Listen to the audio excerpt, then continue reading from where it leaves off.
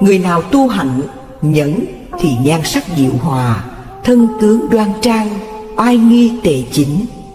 Như thế đủ chứng minh nhẫn nhục hiện tại và tương lai hưởng được sự an lạc tốt đẹp. Thế mà người đời cho nhẫn nhục là yếu hèn. Họ quan niệm như thế thật sai lầm. Trong Kinh Tứ Thập Nhị Chương, Phật nói: Người có trí huệ thấy được sự tai hại của sân hận, nên thực hành nhẫn nhục, luôn luôn phòng hộ, chẳng cho nó xâm nhập vào tâm. Nhẫn như thế được gọi là người có sức mạnh lớn. Sức mạnh của người tu không phải như lực sĩ dùng sức mạnh để đánh thắng đối phương. Như thế rất tầm thường, nhiều người làm được. Cuộc chiến thắng đó có biết bao nhiêu người đau khổ, oán thù. Mà sức mạnh của người tu là phải có sự nhẫn nhục, chịu đựng được những cảnh trái ý nghịch lòng. Dù bị chửi mắng, đánh đập, giết hại, nhưng vẫn giữ được sự điềm tĩnh an nhiên, với tấm lòng bao dung, vị tha, khiến cho đối phương an lạc, xua tan đi nỗi hận thù, xoa dịu nỗi khổ đau đang xung đột hàng ngày, nêu gương lành cho nhân loại. Bậc trí huệ nhập đạo thường vui vẻ nhận lãnh sự chửi mắng cay độc như uống nước cam lồ. Khen chê thương ghét mặt người, từ bi hỷ xả nơi nơi rải đều. Mưa trời nào nệ rông rêu, tâm từ vô lượng rải đều chúng sanh. Thiện pháp. Kinh Pháp Cú nói: chiến trường quyết liệt hơn thua, thắng người ngàn trận cũng chưa thật tài. Thắng mình mới đáng gọi hay, chiến công oanh liệt ấy ai dám bì. Người thế gian nhẫn khác người tu, vì sức yếu thế cô phải nhìn, nhưng trong lòng rất căm hận, chờ cơ hội báo oán. Hay là chuyện oan ức chưa biện bạch được, bởi tiền bạc che lấp sự bất công. Vì danh dự tông môn, gia đình phải nhịn cho yên thân, nhưng lúc nào cũng thấy cái nhục trước mắt, nên hết sức khổ đau. Như thế không đúng nghĩa chữ nhẫn của nhà Phật, nên oan trái oán thù cứ mãi chất chồng. Kinh Pháp Cú Phật dạy: Nó mắng tôi, đánh tôi, nó thắng tôi, cướp tôi, ai ôm hiềm hận ấy, hận thù không thể vui. Nó mắng tôi, đánh tôi, nó thắng tôi, cướp tôi, không ôm hiềm hận ấy, hận thù được tự nuôi. Với hận diệt hận thù, đời này không thể được. Không hận diệt hận thù là định luật ngàn thu. Muốn hóa giải oan trái hận thù, Phật dạy phải thường khởi lòng từ, tha thứ hoàn toàn đối với những ai đã từng làm mình đau khổ, và không nên thấy lỗi người, hằng nhận lỗi mình, thấu suốt nhân quả, ăn năn sám hối, lo tu sửa. Xem kẻ thù như Phật, trời, cha mẹ, thời sẽ diệt trừ hết ác nghiệp, mau thành Phật quả. Kẻ thù càng muốn ta hư, thắng thù ta cố, nên người đức cao. Ngàn xưa cho đến ngàn sau, tình thương ngăn được máu đào mà thôi. Ta đã được an tịnh, không có oán và hờn. Giữa những người oán hờn, ta sống không oán hờn. Kinh Pháp Cú. Bởi không nghe lời Phật dạy, nên có nhiều người ăn chay mấy chục năm mà phiền não vẫn còn. Mỗi khi gặp nghịch cảnh đến liền sân si, bực tức, la nối. Người như thế Phật cho là yếu kém, không bao giờ đạt đến quả vị giải thoát. Nên Ngài nói: trì trai khổ hạnh, không thể bì kịp người tu hạnh nhẫn. Các con phải ghi nhớ, không nên làm nặng lòng ai hết, chứ coi họ tốt hay xấu, mà hãy xem đạo hạnh của mình có vẹn toàn hay chưa, và bền chịu các sự nhẫn nhục, siêng học kinh, nghe pháp, giữ gìn giới luật của bậc thánh. Như thế người ta sẽ xa lánh mọi sự buồn, mau tiến tới niết bàn. Kệ rằng người con Phật phải gìn hạnh nhẫn, chớ chứa hờn chớ giữ ích chi. Phận tu trì tai gác mặt liền, chịu cay đắng tu hành mới giỏi. Hay là người tu giả dại giả câm, giả đuôi giả điếc để tầm đạo cao. Mấy lời phân tỏ âm hao, ráng tu đem được Phật vào trong tâm. Thuở Phật còn tại thế, Ngài khuyên La Hầu La: Muốn thành tựu hạnh nhẫn, phải quán thân mình như đất. Dù người ta đổ và rải lên đất những thứ tinh sạch đẹp đẽ như hoa, nước thơm, sữa thơm, hoặc người ta đổ lên đất những thứ dơ dáy, hôi hám như phân, nước tiểu, máu mủ và hạt dầu đàm nhớt xuống đất, thì đất vẫn tiếp nhận tất cả những thứ ấy một cách tự nhiên, không vui vẻ mừng rỡ, mà cũng không chán ghét, tủi nhục. Cũng như thế, những cảm thọ khoái lạc hoặc buồn khổ phát sinh, con đừng để cho chúng làm nhiễu loạn tâm con và chiếm cứ lòng con. Con hãy học theo hành của nước.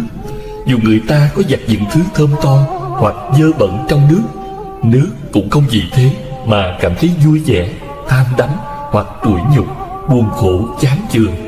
Nước bao la, lưu chuyển, có năng lực hóa giải và gạn lọc. Con lại nên học hành của lửa. Lửa đốt cháy mọi thứ, kể cả những thứ thơm to, đẹp đẽ hoặc hôi hám xấu xí, dơ bẩn. Nhưng lửa không vì vậy mà cảm thấy tham đắm hoặc ghê tởm, tủi nhục, giận hờn. Con lại nên học hành của không khí. Không khí thổi đi những thứ mùi thơm hoặc thối, mà vẫn không cảm thấy tham đắm hoặc tủi nhục, buồn giận hay chán chường, vì không khí có khả năng gạn lọc và hóa giải. Này La Hầu La, con hãy tu tập lòng từ để đối trị giận hờn. Lòng từ là lòng thương yêu được thực hiện bằng cách đem lại niềm vui cho kẻ khác. Từ là thứ tình thương không có điều kiện và không chờ đợi sự đền trả. Con hãy tu tập lòng bi để đối trị tàn ác. Lòng bi là lòng thương yêu được thực hiện bằng cách làm vơi đi sự khổ đau nơi người khác. Bi cũng là thứ tình thương không có điều kiện và cũng không chờ đợi sự đền trả. Con lại phải tu tập lòng hỷ để đối trị ganh ghét. Lòng hỷ là lòng vui theo cái vui của người khác và niềm ước ao mong cho kẻ khác được thành công và hạnh phúc, an vui. Con lại nên tu tập lòng xả để đối trị kỳ thị và vướng mắc. Lòng xả là tâm niệm thanh thoát và cởi mở đạt được do sự nhận thức về tính cách tương quan bình đẳng giữa mọi loài. Mình và người không phải là hai thực thể riêng biệt. Không nên ghét bỏ cái này để đi nắm bắt cái khác. La Hầu La, từ, bi, hỷ và xả là 4 tâm rộng lớn, không có bờ bến và cũng đẹp đẽ khôn cùng. Đó gọi là tứ vô lượng tâm. Tu tập theo 4 pháp này thì mình trở nên một con người cao thượng, đem lại sinh lực và niềm vui cho tất cả chúng sanh. La Hầu La, con lại phải quán chiếu về vô thường để phá trừ ảo tưởng về cái ta. Con phải quán chiếu về tính sinh diệt và thành hoại của thân thể để hiểu sâu về sự sống chết. Đó là phương pháp thoát đi tham dục, sân nhuế. Ví có kẻ cầm dao cắt đứt thân con ra từng mảnh, trong khi đó phải tự nhiếp tâm, đừng để sân hận nổi dậy và giữ gìn cửa miệng, chứ thốt ra lời ác. Còn phải khéo quan sát tu tập, như thế mới vượt qua mọi gian nguy thử thách của đời để hóa độ chúng sanh. Vì nhẫn dục là phương pháp diệm màu cảm hóa mọi người mà không cần sức mạnh, quyền lực và chánh trị. Được như vậy mới đáng gọi là bậc đại nhân, đại lực, có trí huệ nhập đạo. Người tu hạnh nhẫn nhục, tập tánh giống như nước, thường mềm dẻo mát dịu, rộng lượng và khoan dung. Nhẫn nhục như vùng đất, dù sạch dơ đổ lên, đại địa cam thọ hết, không tỏ chút giận hờn. Để cho chúng sanh thấy được sự lợi ích của nhẫn nhục, Phật nói: tiền thân ta làm vị tiên nhân tên là Sàng Đề, tu khổ hạnh ở núi rừng. Một hôm, vua Ca Lợi cùng với phu nhân, thể nữ, quần thần vào rừng săn bắn. Đến trưa, vua cho bày tiệc ăn uống, đàn ca, múa hát vui chơi. Tiệc xong, vua ngã lưng nằm ngủ dưới gốc cây. Khi thức dậy, không thấy quan quân tỳ nữ, liền hỏi cẩn thận, mới biết họ đi đến vị tiên nhân ở gần bên để nghe thuyết pháp. Sàng Đề tiên nhân nói: muôn loài đều tham sống sợ chết, hãy lấy tình thương xóa bỏ hận thù, chém giết, sống đời vị tha, bác ái. Có như thế mới thoát được cảnh luân hồi thường mạng chết yểu. Họ nghe qua cảm thấy tội lỗi của mình trong cuộc đi săn đầy sát khí. Tất cả đều ước mong sao được nhà vua cho về sống đời cư sĩ, cơm rau đạm bạc tu hành. Khi đó vua Ca Lợi đến nơi, nhìn thấy ai nấy đều kính cẩn nghe tiên nhân giảng đạo, lòng đố kỵ dâng trào, liền xuống ngựa bước tới, chỉ thẳng vào mặt tiên nhân, chửi mắng quyển nhục đủ điều. Nhưng ngài vẫn ngồi lặng thinh, không nói một lời. Này kẻ ương ngạnh kia, trước mặt ta sao mãi ngồi lì đó, làm gì thế? Tôi ngồi ở đây tu hành nhẫn nhục. Hành nhẫn nhục là thế nào? Hành nhẫn là khởi tâm đại bi, khiêm nhường, ôn hòa với tất cả mọi người, từ bỏ những hành vi kiêu căng, tự đắc, thường dùng lời nói êm dịu, đạo đức, khuyến hóa chúng sanh. Vua Ca Lợi nghe qua, tưởng tiên nhân công kích sự thô lỗ của mình, nên quát: Thôi, hãy im đi! Nghe ta hỏi, tại sao ngươi bị chửi mắng mà vẫn lặng thinh là thế nào? Thưa ngài, nếu những lời chửi mắng của người khác là đúng, mình phải cảm ơn để lo tu sửa. Còn như họ chửi nhầm lẫn, xem đó là lời nhắc nhở hay tiếng gian, gió thổi ngoài tai. Câu trả lời đó thật là quý báu, khiến cho ai nấy đều thán phục. Ca Lợi như cảm thấy tự ái dồn dập, liền rút kiếm ra bảo: Đây là lời nói dối trá, vô lễ! Rồi mạnh tay vung gươm cắt đứt hai lỗ tai của tiên nhân. Ôi, những dòng máu đỏ tuôn rơi, ướt đậm cả hai má, nhưng sắc mặt tiên nhân vẫn an nhiên tĩnh tọa. Thấy thế, Ca Lợi vung gươm chặt đứt thêm hai cánh tay và chân, rồi nói: Thử coi ngươi còn nhẫn nổi không? Máu chảy ướt cả chỗ ngồi, nhưng không một lời oán trách, rên than. Vua lặng thinh suy nghĩ, người này không phải tầm thường, nên gượng cất tiếng hỏi: Hỡi tiên nhân, tại sao ngươi bị ta hành hạ mà gương mặt không hiện ra sắc giận và nói lời nào? Này đại vương, nếu tôi có lỗi bị người hành hạ, tôi phải nhẫn thọ như uống nước cam lộ và cung kính đối với người ấy. Còn nếu gặp trường hợp họ không phân biệt phải trái, xúc phạm, khi đó tôi nghĩ ngày nay mình vô tội, nhưng biết đâu trong quá khứ đã từng làm người ta khổ đau. Hơn nữa, thân này là vô thường, do các duyên giả hợp, có gì đáng để luyến tiếc? Hay lắm! Nghĩ được như thế hết sức là cao thượng. Nhưng làm sao cho ta tin rằng ngươi thật tình không oán hận? Không cần nói, đại vương cũng thấy tôi nào khuất phục trước sự áp bức bất minh, thiếu nhận xét của ngài, và chẳng quan tâm tới lưỡi kiếm chém vào thân tôi, nên nội tâm được tịch tỉnh, không có ác niệm đối với sự tàn bạo của ngài. Vì tôi lúc nào cũng tâm niệm nguyện cho tất cả chúng sanh sớm bỏ đường tà, quay về nẻo chánh, thoát khỏi ác nghiệp. Nếu quả thật tôi có thực hành hành nhẫn nhục, cầu cho thân này được bình phục như cũ.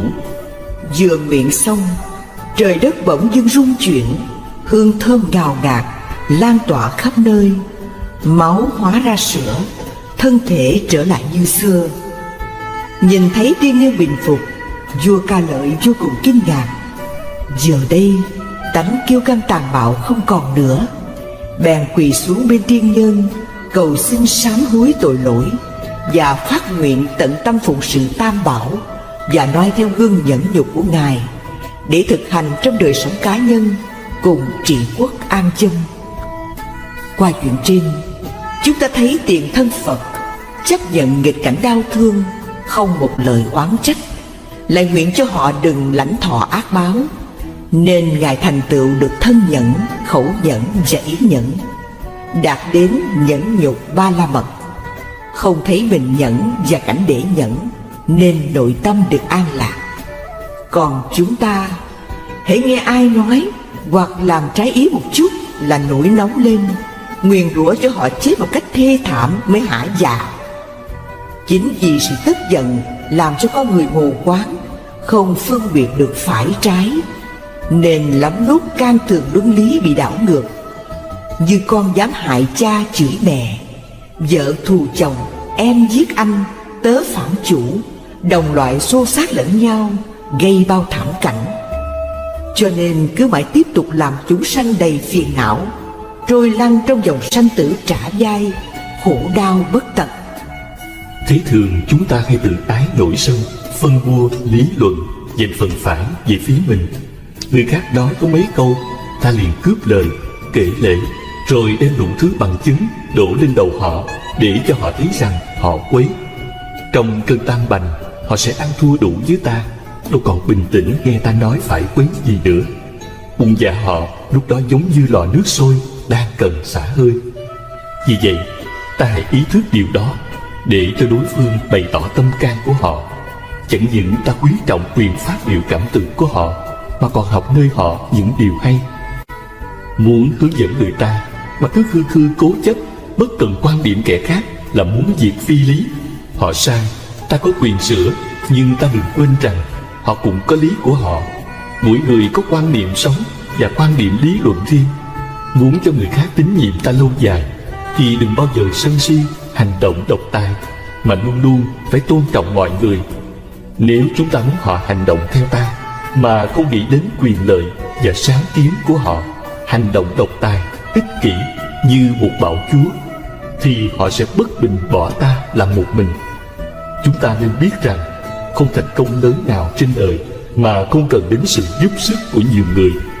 Người thành công đã biết đặt mình ở địa vị của kẻ khác, khéo gieo giống sáng kiến của ta vào sáng kiến của người hợp tác, để tìm ra tiếng nói chung đẹp lâu. Trong luật nhà Phật gọi đó là ý kiến riêng, chỉ dạy cho nhau, lợi quyền chia đồng với nhau. Có như thế, việc làm ấy mới thành công tốt đẹp lâu dài.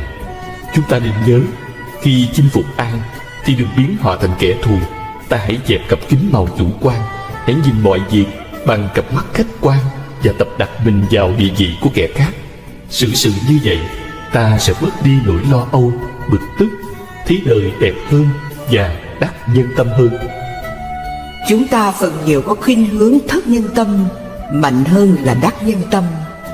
Tánh sân si, ích kỷ, chủ quan, tự ái là một hung thần đáng sợ. Từ vua chúa, quan quyền cho đến hạng bình dân ít học đều có lòng tự ái. Thậm chí cho đến những tu hành mà tâm hồn không được thánh thiện vẫn bị nó quấy nhiễu. Nghĩa là ai nói xúc phạm hoặc có cử chỉ gì đụng chạm đến quyền lợi, danh dự của họ thì sân si sừng sộ, phẫn nộ, nhăn mặt nhíu mày, phùng mang trợn mắt, quạo cọ, la hét, chửi mắng, đánh đập đối phương. Nếu chúng ta bị kẻ khác chọc tức liền nổi nóng, vung tay lên nói chuyện với họ, thì ta tin chắc rằng họ sẽ gửi lại bằng 2 quả đấm. Nếu ai nô lệ tánh tự ái thái quá như thế, là tự mình thoái hóa, đánh mất hết nhân phẩm đạo đức và làm thất nhân tâm mọi người. Những bậc thượng căn đại trí mới có đủ can đảm, điềm đạm, mềm mỏng khi bị kẻ khác nói nặng. Những vị ấy biết rằng ăn miếng trả miếng không có lợi gì cả. Trong giao tế hàng ngày, ai không mềm mỏng thì trăm việc bất thành đến gần trăm. Chúng ta phải công nhận rằng trong thời gian qua có rất nhiều việc tại mình nóng bậy một chút mà hỏng. Kệ khuyên: mở tình yêu khắp nhân loại, giúp nhau cuộc sống được dày thêm ra. Giận nhau mấy cũng nên tha, thù nhau mấy cũng nên hòa tốt hơn. Hờn người tất bị người hờn, ghét người, người ghét không hơn chi người. Hòa nhau cho được vui cười, hơn là thù ghét suốt đời âu lo. Thương người như thể chân tay, ở trong thế giới hết ai sanh rầy. Sự tu chính ở chỗ này, cho nên cần khắp nhân loại biết tu. Thanh Sĩ: muốn cho thân tâm thanh tịnh, mau thành Phật quả, kinh Pháp Hoa dạy: lấy từ bi làm nhà, lấy nhu hòa nhẫn nhục làm y phục, lấy tất cả pháp không làm tòa ngồi. Từ bi là nước cam lồ tươi mát, tưới tắt lửa phiền não. Nhẫn nhục như áo giáp ngăn ngừa tên độc. Pháp không là ánh sáng trí huệ, phá tan bóng tối vô minh chấp trước. Ai thực hành được 3 phương pháp trên để diệt trừ tham sân si, tức là đã vào nhà Như Lai, mặc y Như Lai và ngồi tòa Như Lai vậy. Chúng ta hãy cố gắng tu tập hành nhẫn như tôn giả Phú Lâu Na. Một hôm, Ngài xin Phật đến xứ Vũ Lâu Na truyền đạo. Phật hỏi: này Phú Lâu Na, dân chúng xứ ấy rất hung ác, con đến đó dạy họ không nghe, còn dùng lời ác mắng chửi. Khi đó con nghĩ sao? Bạch Thế Tôn, con nghĩ họ là người tốt, vì chưa lấy cây, đá, đánh và ném con. Nếu họ dùng cây và đá đánh ném con thì sao? Con nghĩ họ vẫn còn lòng nhân vì chưa đánh ném con đến chết. Nếu họ đánh đập đâm chém con chết thì sao? Bạch Thế Tôn, con nghĩ họ là ân nhân giải thoát dùng cái thân bất tịnh khổ đau này. Phật khen: hay lắm, con nhận được như thế mới qua xứ đó truyền đạo được. Tôn giả Phú Lâu Na qua xứ Vũ Lâu Na giáo hóa. Không bao lâu dân chúng xứ ấy đều quy y Phật, Pháp, Tăng. Nên có câu: con muốn tu thì việc chi nhịn hết, nhịn hoài, nhịn mãi con ơi. Chẳng phải là nhịn có 3 lần thôi, mà nhịn mãi đến khi thành chánh giác. Con nhịn mãi dầu thân con có thác thân con mà tâm trí nhẹ nhàng. Cõi Tây Phương con chắc chắn bước sang, bằng con đọa thầy đây ra chịu thế.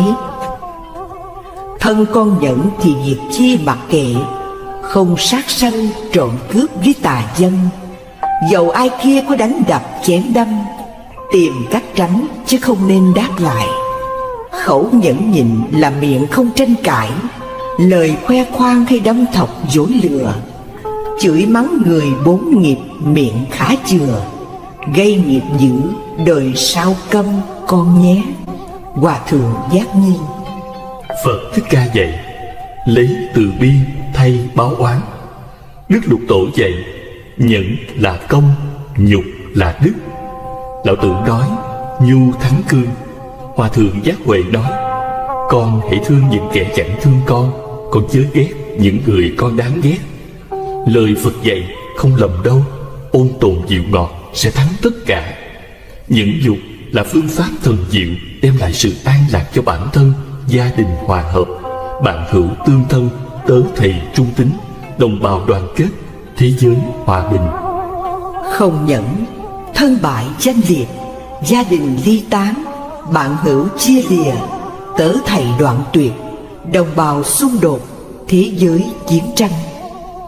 Có nhẫn nhục thì lòng từ chan chứa, ban rải khắp muôn loài vạn vật, sự nghiệp dâng cao, người người quý mến, đạo quả viên thành. Vậy mà có nhiều người không hiểu. Họ nói: gặp Phật thì tu, gặp ma phải trừ. Câu nói đó không đúng giáo lý nhà Phật. Phải nói là gặp Phật thì tu, gặp ma càng tu nhiều hơn. Quý Phật tử cũng thấy, khi Phật sắp thành đạo, ma dương dùng mọi cách quấy phá, nhưng Ngài vẫn an nhiên tĩnh tọa. Thậm chí cho đến Đề Bà Đạt Đa nhiều kiếp đem ác tâm hãm hại, nhưng Phật không hề oán trách, mà Ngài còn nói: nhờ Đề Bà Đạt Đa mà ta mau thành chánh quả. Công đức nhẫn nhục lợi ích to lớn như thế, chúng ta còn nghi ngờ gì nữa mà không thực hành. Nhất là những ai đã nhiều lần bị lửa sân tàn phá tâm can, gia đình, sự nghiệp của mình. Hãy mau mau tu tập pháp môn nhẫn này, để khỏi phải ăn năn hối hận vì nó nữa. Người tu lại càng phải nhẫn hơn, vì người tu mà còn giận hờn, sắc mặt đỏ gay, giọng nói quát tháo, người chung quanh nhìn thấy khinh lờn. Cho dù vị đó có lão thông tam tạng, kinh điển, cũng không ai dám tin tưởng sự tu hành của họ nữa. Thế nên Cổ Đức dạy rằng: ác thứ 9, lửa sân luận tiếp. Lửa trong tâm chẳng đốt mà lừng, nổi lôi đình đâu có định chừng. Cho ta biết mà ngăn ngừa trước. Tánh sân nộ thường làm bạo ngược, nên loài người ở cõi thế gian giận hờn nhau, thù oán dậy tràn, mới có cuộc tranh tài đấu lực, hơn tự đắc khoe khoang vọng sức.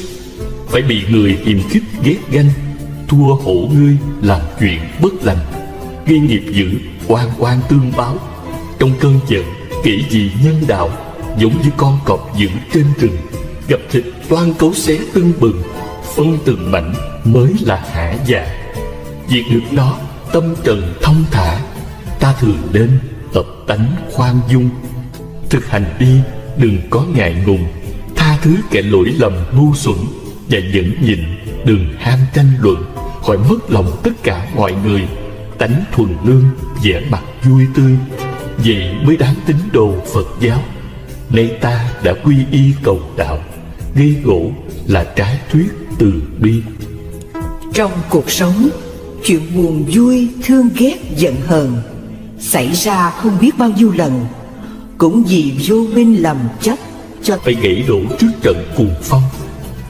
Chúng ta nên biết tại sao những vỏ xe hơi lăn trên đường nhựa, chạy trên đá nhọn mà nó vẫn chịu đựng được, là nhờ vỏ xe mềm dẻo, làm cho sự va chạm trên đường dịu đi. Cũng vậy, chúng ta sống trên cõi đời đầy chông gai, thử thách, muốn vượt qua mọi trở ngại, phải mềm mại, nhẫn nại, làm cho những va chạm dịu bớt đi, thì cuộc hành trình của ta mới được êm đềm, an vui lâu dài. Chúng ta hãy đọc qua bài tụng bất hủ sau đây. Từ bào thai ra thường chịu khổ, chúng sanh như thế chớ giận hại. Nóng giận khởi lên dùng từ diệt, từ bi nóng giận không chung cùng. Người nhờ từ bi nóng giận dứt, dĩ như sáng tối không chung chỗ. Nếu giữ tình giới mà nóng giận, người ấy tự phá pháp lợi mình. Tất cả chúng sanh là quyến thuộc, tại sao gia tăng giận não hại? Nếu khởi nóng giận muốn hại người, chưa đến người kia trước đốt mình. Thế nên thường nghĩ hành từ bi, nóng giận nghĩ ác sẽ không sanh. Nếu người thường nghĩ hành pháp lành, thường nghĩ pháp lành, tâm vui vẻ, đời nay được vui, sao cũng thế, được đạo thường vui, ấy niết bàn. Nếu tâm dồn chứa điều bất thiện, tự mất lợi mình, lại hại người. Vì thế, chúng ta phải cố gắng nhẫn nại từ con người cho đến con muỗi, mồng, kiến ong, gió, mưa, nóng lạnh, đói khát, bệnh chết. Hoan hỷ nhẫn chịu mọi nghịch cảnh, không hề than gian, oán trách. Được như vậy mới mong thành công đắc đạo. Như Tích Đại Đức Lomasa Nagathora hành đạo trên núi Gitiyapapata. Khi ấy vào mùa nắng trời nóng, nhưng Ngài vẫn ngồi tham thiền vì nghĩ rằng nhiều kiếp ta đã đọa địa ngục, bị lửa thiêu đốt, nóng gấp muôn lần sự nóng này. Nhờ thấy được điều đó nên Ngài kiên nhẫn thiền quán chứng đắc đạo quả A-la-hán. Lại có đại đức khác đi khất thực 3 ngày liên tiếp, chẳng có ai cúng món gì. Trong cơn đói khát, nhưng Ngài không ngã lòng, vì tự nghĩ trong vòng luân hồi nhiều kiếp ta đã sanh làm ngạ quỷ, bị đói khát hơn thế này nữa. Nên Ngài kham nhẫn, dùng minh sát tuệ quán sát lý vô thường, khổ não và vô ngã, liền đắc quả A-la-hán. Tích trên ngụ ý khuyên chúng ta không nên để cho những sự khổ bên ngoài chi phối, mà bỏ dở sự tu hành. Cảnh nắng mưa gió lạnh, hành hạ bức não thân, thân cam chịu không phiền, được gọi là thân nhẫn. Sự nhục mạ chua cay, hoặc mắng nhiếc tồi tệ, cam chịu không chửi lại, được gọi là khẩu nhẫn. Đối trước mọi nghịch cảnh, không khởi tâm phản đối, không căm hờn oán hận, được gọi là ý nhẫn, thiện pháp. Trong Kinh Đại Tập, Đức Phật bảo đại chúng nhẫn hơn hết trên đời.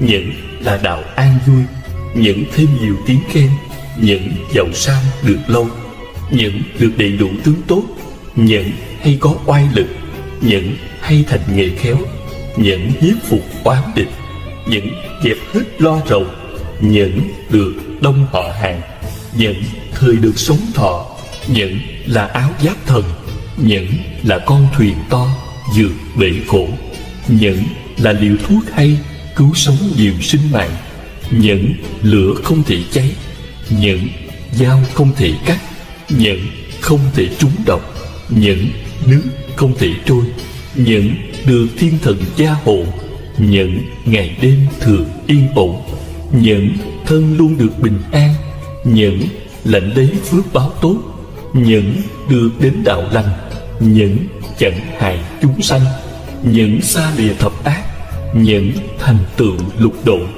nhẫn được 3 ngôi báo Phật, Pháp, Tăng, nhẫn nhục hành an ổn, khắc phục được hận thù, tiêu trừ các tai nạn, hưởng nhân quả tốt lành.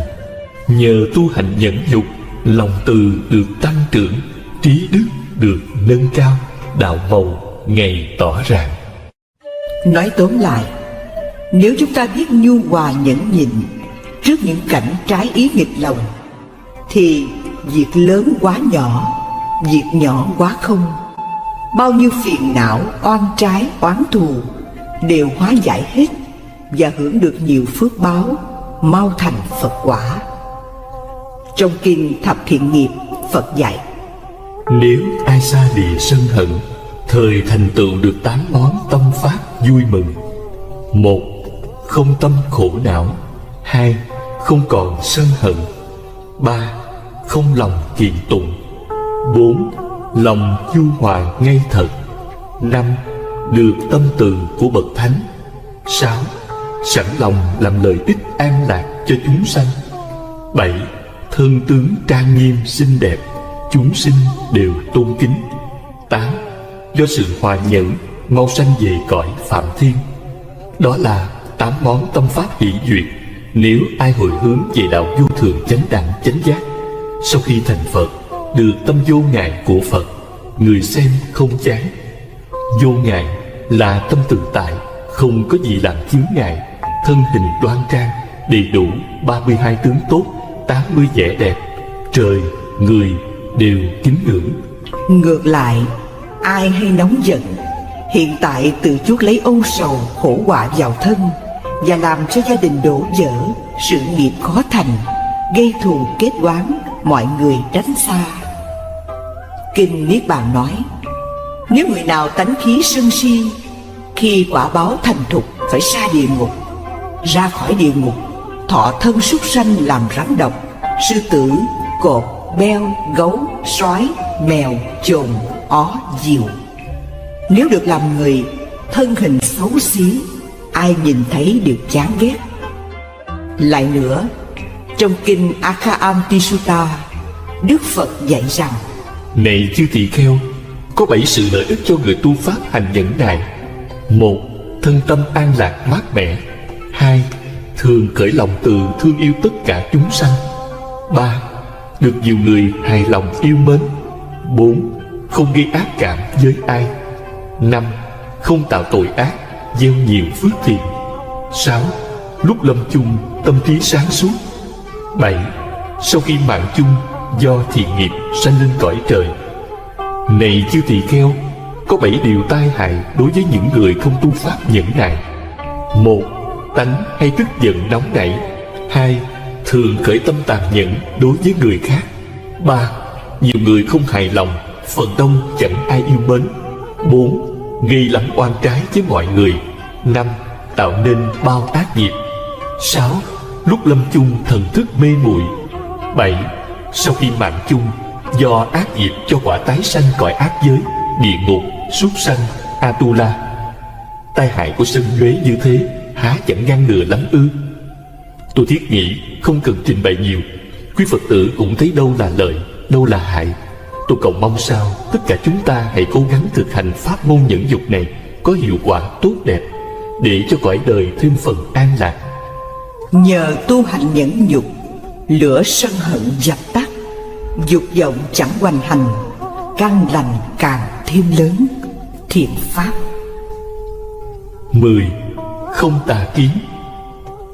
Tà kiến là tin tà, mong phước mê tín tà dạy, chấp thường chấp đoạn, chẳng tin nhân quả tội phước, sống tranh đấu, chết là hết, không có thiên đường, địa ngục, Tây phương, cực lạc. Đó là tà kiến. Phật cấm không cho các hàng đệ tử mê tín tà kiến, vì đó là nguyên nhân làm chướng ngăn thánh đạo.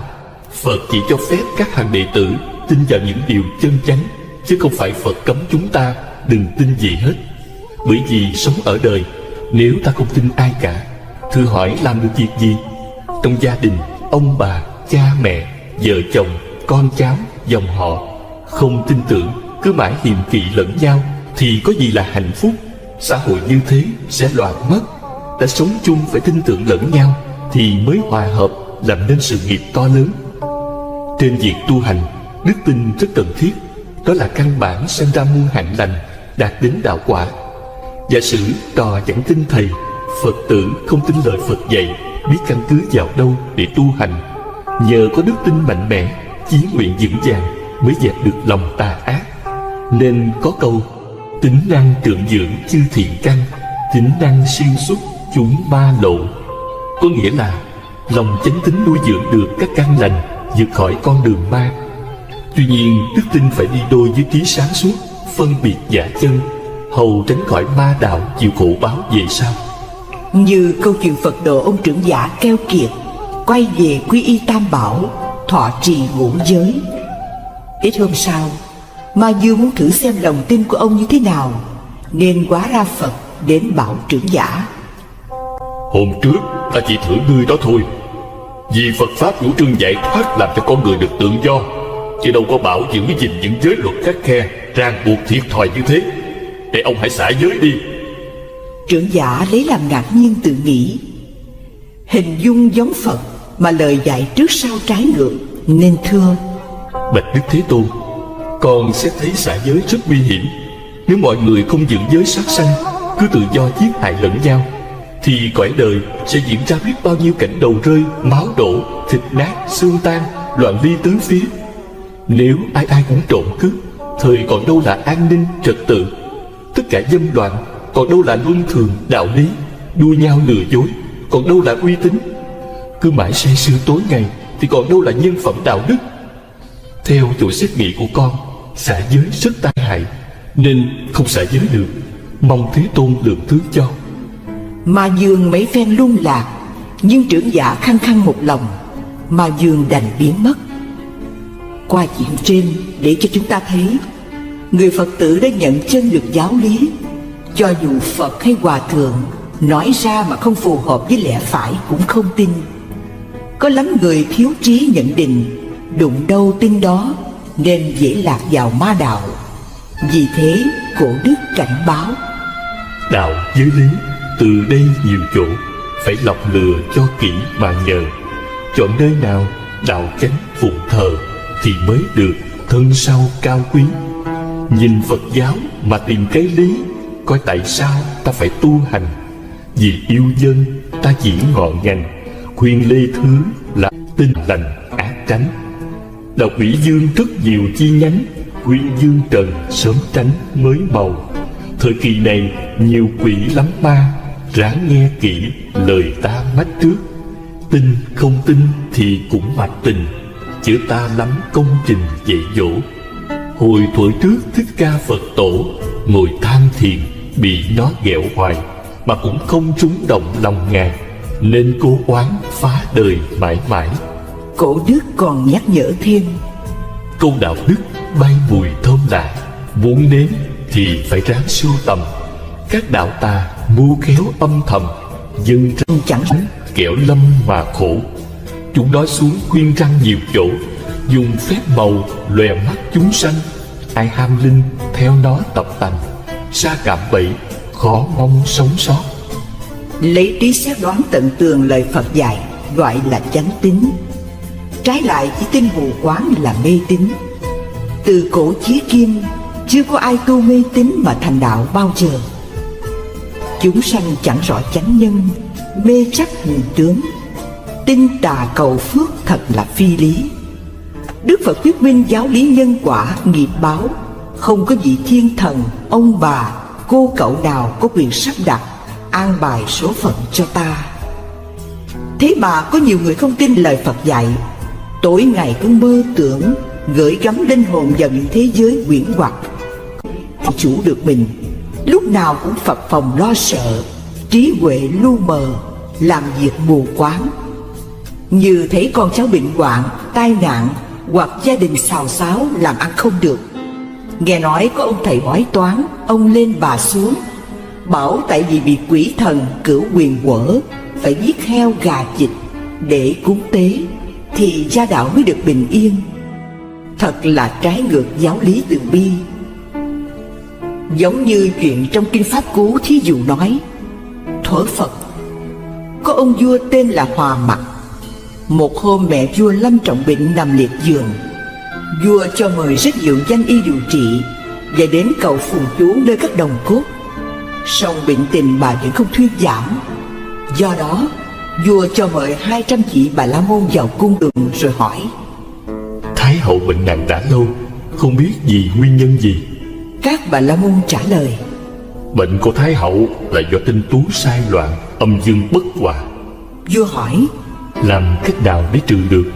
Các Bà La Môn nói: Nên bày lễ cầu đảo núi non nhật nguyệt tinh tú, nơi khoảng đất trống ngoại thành phía đông, và giết 100 súc vật đủ loại với một đứa bé để tế trời, thời mẹ của bệ hạ hết bệnh. Vua nghe lời, liền cho người lùa voi, ngựa, bò, dê đủ 100 loại và một đứa bé đi ra chỗ tế tự. Dọc đường tiếng than khóc kêu la vang dội khắp nơi. Động lòng từ, Đức Phật và chúng đệ tử đi đến cửa thành phía đông. Vua Hàm Mạc và mọi người đến nơi trông thấy Đức Phật uy nghi rực rỡ, hào quang tỏa sáng như mặt trời mọc. Ai nấy đều khởi tâm kính mộ.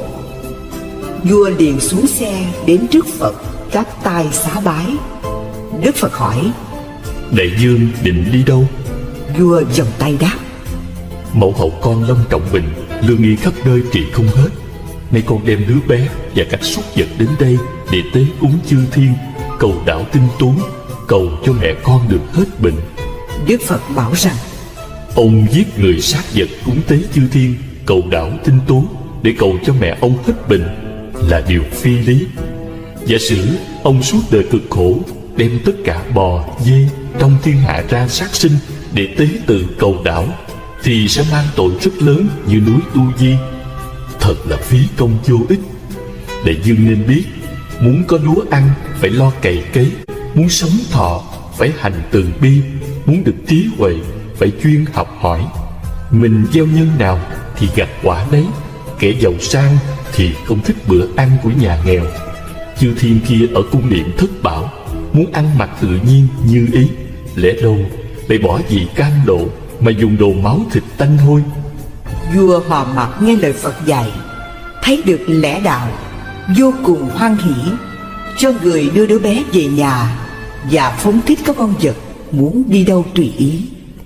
Kinh Dược Sư dạy: Tin các thầy tà ma ngoại đạo yêu nghiệt thế gian, nói nhảm hòa phúc, sinh ra sợ hãi, tâm chẳng được an, xem bói thấy xấu, giết nhiều chúng sanh, khẩn vái thần thánh, cầu ma quỷ lên ban cho hạnh phúc. Muốn sống lâu thêm vẫn không thể được. Ngu si mê hoặc, mê tín tà kiến, thành ra chết uổng, đọa vào địa ngục không có ngày ra. Qua lời Phật dạy, chúng ta thấy gieo nhân gì thì hưởng quả nấy. Chớ thiên thần, ông bà, ai lại gia hại con cháu. Có nhiều người nói nhờ cúng tế gian giái mới hết bệnh, làm ăn phát đạt. Đó chẳng qua là duyên trùng hợp. Nếu nói cúng cầu được thì chẳng cần tu, và giáo lý nhân quả không còn giá trị nữa. Gieo giống đắng, quả đắng, nhân ác tránh được chăng? Làm ác chịu tội khổ, tu thiện hưởng phước lành. Kinh Pháp Cú. Chúng ta xem kinh thấy rõ chuyện Ngài Một Kiền Liên có đầy đủ lục thông mà còn bị bọn ngoại đạo thuê người đánh chết, là vì trong quá khứ nghe lời vợ đánh đập cha mẹ. Như thế chúng ta đủ biết nghiệp người nào nấy trả. Không ai có quyền ngăn cản được khi nó đã đến, cho dù đó là Phật, Thánh cũng không ngoại lệ. Như chuyện cô kỹ nữ chinh cha độn bụng vu oan, nói Phật ăn ở với cô có thai. Khi mọi người phát hiện ra việc đó là giả, ai cũng phiền trách cô đủ điều. Nhưng đối với Đức Phật, Ngài thấu suốt luật nhân quả, nên bình thản kể cho tứ chúng nghe câu chuyện tiền kiếp Ngài làm vua. Một hôm, bá quan lâm triều nhìn ra thấy chư vị sa môn đi khất thực, ai đấy đều hướng về đó vái chào, làm cho nhà vua sanh tâm đố kỵ, nói: Các khanh chớ có tin mấy ông sa môn đó. Ban ngày ôm bát liêm diêm đi khất thực, trông ra vẻ từ bi, nhưng khi về chùa họ có tình nhân, vợ con, ai biết. Nó bị quả đến đây. Phật bảo cũng vì câu nói phỉ báng đó, cho nên hôm nay ta bị quả báo của chim cha đồn bụng nói xấu ta. Chính vì không hiểu thấu giáo lý nhân quả, nên có người mới quy y vài ngày, gian vái cầu xin đủ thứ. Nào là cầu cho được bình an, mạnh khỏe, sống lâu, mua may bán đắt, phát đạt giàu sang, nhưng không được như ý. lại gặp toàn chuyện chẳng may, liền sanh tâm phiền trách Phật không linh, gặp tà thuyết của tà giáo, dùng bùa chú mê hoặc, hay tung tiền ra mua chuộc dụ dỗ bỏ đạo liền. Hàng người như thế không hiểu gì về giáo lý nhân quả, thời không bao giờ tồn tại trong chánh Phật Đà. Có ba góc độ người ta thường bỏ đạo, đó là tình cảm, tiền của và thiếu sự hiểu biết nhận định đâu là chính tà. Người chẳng có lòng trung hậu, thế gian không xài, nói chi là Phật thánh. Họ đến với đạo mục đích cầu danh, lợi, tình, tiền. Nếu không được lại sanh tâm hủy bán tam bảo. Thử hỏi còn ai họ chừa, kẻ đó phải sa vào đường dữ. Kinh Tạp Bảo Tạng nói, phước nghiệp tự ta tạo, chẳng phải nhờ cúng thần mà được. Phải biết tất cả phước lành đều do giữ giới, cúng dường, bố thí mà thành, chứ chẳng phải cúng cầu mà được. Trong khí kinh, Phật dạy, người không có chánh kiến giống như lấy cát nấu muốn cho thành cơm. Chuyện đó không bao giờ có, uổng công vô ích. Là Phật tử mà không tin lời Phật dạy, lại tin những thuyết du dơ về ngày giờ năm tháng, thì không đúng chánh pháp chút nào. Chưa hết, lại có khi vợ chồng bất hòa, không biết bày tỏ cùng ai, liền tìm đến thầy bói. Họ nói nào là kỳ tuổi, khắc khẩu, chuyện đã xấu, lại thêm bị thầy bói hù dọa, làm cho gia đạo càng rắc rối thêm. Bởi ma lực mê tín ám ảnh, hết đổ thừa cung mạng, tuổi tác, đến nhà cửa, cà ràng, ông táo, không còn gì để nói nữa. Có nước đánh lộn, ly dị là xong. Tại sao mình không dám chấp nhận lỗi để sửa đổi, lại đổ thừa đủ thứ chuyện? Ôi, mê tín đến nước đó thì không còn gì để nói. Ví dụ, mình lựa ngày giờ tốt, nhưng khi ra đường gặp chuyện rắc rối mà không nhìn người ta, thử hỏi có tốt được không? Trong nhà trên dưới, nếu biết nhường nhịn, thông cảm tha thứ những lỗi lầm cho nhau, thì không cần coi bói, gia đạo vẫn được bình an. Tại sao chúng ta phải hòa? Vì mỗi người đều có cái hay khác nhau. Khi hữu sự, nhờ người ta mới hoan hỷ giúp mình, ngược lại căng thẳng khi cần ai mà giúp. Nên người xưa nói, bàn tay năm ngón ngắn dài khác nhau, nhưng đều sử dụng được cả. Đông có anh, Tây có em, đồng lòng đoàn kết thì làm việc gì cũng xong. Nên có câu, hòa nhau của chất đầy kho, gây nhau chén bát nồi ơ tan tành. Thuận nhau ăn đủ mặc lành, nghịch nhau bụng đói thân trần nghêu ngao. Từ chỗ hòa thuận đó, nó đem lại tài lộc, làm cho gia đình được hạnh phúc. Cần gì phải đi coi bói? Đa số thầy bói họ nói chung chung, năm nay không được tốt, nếu có phước thì qua, không phước bị nạn. Như thế mình ráng lo làm phước, không tốt hơn là đi xem bói toán. Trong Khế Kinh, Phật nói, tất cả các pháp đều từ nhân duyên giống sanh, và những gì mà con người gặp phải trên cõi đời đều do nghiệp lực chi phối. Chúng sanh tự gieo nhân rồi gặt lấy quả, chẳng phải trời, rồng, quỷ thần gây ra. Thiện ác kết quả riêng, nhân quả lý đương nhiên. Làm thiện sẽ được thiện, gieo giống ngọt vui yên. Kinh Pháp Cú. Qua lời Phật dạy, chúng ta thấy đối với chúng sanh, Ngài không bao giờ thưởng hay phạt bất cứ một ai, chỉ đưa ra giáo lý nhân quả, tốt xấu khổ vui tự mình tạo ra. Không ai có quyền ban phước hay giáng họa, nên người theo Phật tự tin nơi mình, không bị lệ thuộc bất cứ ai. Như lời Phật dạy, ta là Phật đã thành, các ông là Phật sẽ thành. Là tự do bình đẳng, từ bi, hỷ xả, vô ngã, vị tha, thương yêu tất cả muôn loài vạn vật. Lại có người quan niệm sai lầm, khi tôn giáo của họ bị kẻ nào lấn hiếp, liền cổ vũ đồng đạo nổi dậy tìm đối phương trả thù, để người ta cho mình là thánh tử đạo, được Phật trời thượng đế thánh thần rước về thiên đàng cực lạc.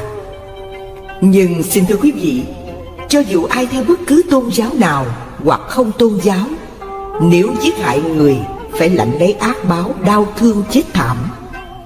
Đối với Đức Phật, Ngài chủ trương phá bỏ tất cả giai cấp, lấy lòng từ bi hỷ xả đối với tất cả chúng sanh.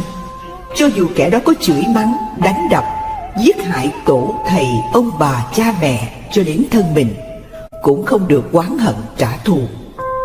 Tâm hồn thiêng liêng cao thượng đó không có bút mực nào diễn tả hết. Đó là điều chúng ta cần biết. Chứ đừng nghĩ rằng giết kẻ phá đạo mình để chứng tỏ ta là người có công trung thành với đạo, để được ơn trên khen thưởng, phong quan tấn tước như chuyện thế gian. Người như thế không hiểu gì về luật nhân quả, thật là mê muội đáng thương. Để cảnh giác các hàng đệ tử, trong kinh A Hàm Phật bảo phải thực hành thiền định, quán sát thấy cho rõ các pháp, lúc thịnh khi suy, đủ duyên thì hợp, hết duyên thì tan, không có gì tồn tại mà phải bảo thủ, giết hại lẫn nhau, gây thù kết oán. Nếu hiểu được như thế, chúng ta sống rất thoải mái trong mọi cảnh ngộ, không có chi bận tâm. Đó là bức thông điệp vô giá Đức Phật đã để lại cho nhân loại làm nền tảng tu tập. Nhưng có mấy ai hiểu ra, cứ mãi giết hại lẫn nhau, thật đáng buồn thay. Nhìn thấy nhân loại đắm chìm trong bóng tối vô minh, mê mờ không lối thoát, nên Đức Phật hiện thân ra đời, đem giáo pháp nhiệm màu ân cần chỉ dạy, đưa nhân loại thoát khỏi dòng mê lộ. Là đệ tử phước mỏng nghiệp dày, sanh sao Phật hơn 25 thế kỷ, trí mờ ám, phải đương đầu nhiều lối tẻ. Bây giờ chúng ta phải làm gì? Xưa Phật dạy đệ tử, các con phải lấy giới luật làm thầy, thực hành bát chánh đạo, là chánh kiến, chánh tư duy, chánh ngữ, chánh nghiệp, chánh mạng, chánh tinh tấn, chánh niệm và chánh định. Hãy tự mình thắp lên ngọn đuốc trí huệ, phá tan bóng tối vô minh, tà kiến. Đó mới thật là chánh nhân tu hành, đúng mục tiêu giải thoát của Phật. Nếu khởi tâm niệm sai lầm, lạc vào đường tà, cho dù có cố gắng tu, cũng không thoát khỏi sanh tử luân hồi. Kinh Đại Niết Bàn Phật dạy, người có lòng tin mà không hiểu giáo lý thì dễ tăng trưởng vô minh mờ ám. Người hiểu giáo lý mà không có lòng tin thì dễ tăng trưởng tà kiến. Cho nên lòng tin và hiểu biết phải đi đôi mới là cội gốc tu hành. Dung gương huệ các màn si ám, rải mưa bi dập đám lửa phiền. Pháp thân nương bát nhã thuyền, niết bàn giải thoát bình yên lên bờ. Tại sao Đức Phật không cho chúng ta tin theo tà giáo? Vì nó cũng mang tính chất từ bi, hỷ xả. Bởi thế Phật tử đã quy y Phật rồi, không quy y quỷ thần. Vì quỷ thần không phải là thánh nhân, chưa thoát khỏi luân hồi sanh tử, thì làm sao đưa chúng ta đến chỗ an lạc, giải thoát? Trái lại, họ dẫn ta đến chỗ hầm hố tội lỗi. Thế mà có nhiều người tin bướm, nghe càng, thờ cúng đủ thứ, khi nhìn vào không biết họ đạo nào. Theo nguyên tắc, bàn thờ Phật phải đặt chính giữa nhà, bàn thờ ông bà để một bên. Nếu nhà có lầu nên thờ Phật tầng trên, bàn thờ Phật chỉ thờ Phật Thích Ca, Di Lặc. Nếu ai tu tịnh độ thì thờ Phật Di Đà, Quan Âm, Thế Chí. Ngoài ra không nên thờ thần chung với bàn Phật. Nếu nhà chật hẹp làm bàn thờ tam cấp, trên thờ Phật, kế ông bà, dưới để đồ cúng kiến. Nên nhớ bàn thờ phải cho trang nghiêm, không được để tạp vật nào khác ngoài bình bông, lư hương, chân đèn, chuông. Mỗi ngày cần lau quét cho sạch sẽ. Đệ tử quy y Pháp rồi, không quy y kinh điển tà giáo. Bởi vì kinh điển tà giáo không phải là pháp môn vô lậu giải thoát, nó đưa chúng ta đến chỗ lầm đường lạc lối. Thế mà có nhiều người kinh Phật không đọc, lại xem những sách nhảm nhí vô ích, thậm chí kinh luận đụng đâu bỏ đó, để cho mấy em bé bứt xé, thật đáng tiếc. Xem truyện Tiền Thân Phật, Ngài dám hy sinh thân mạng để cầu một bài kệ. Mình là con Phật lại xem thường giáo lý của Ngài hay sao? Kinh Địa Tạng nói, người nào thấy kinh sách hư rách, sửa lại để chỗ trang nghiêm, công đức vô lượng. Kinh Nhân Quả nói, tay nhơ cầm kinh và để chỗ dơ bẩn, mắt báo làm con trùng trong nhà xí. Vì thế, chúng ta phải quý trọng kinh điển như kính trọng Phật vậy. Đệ tử quy y tăng, không quy y thầy tà bạn ác.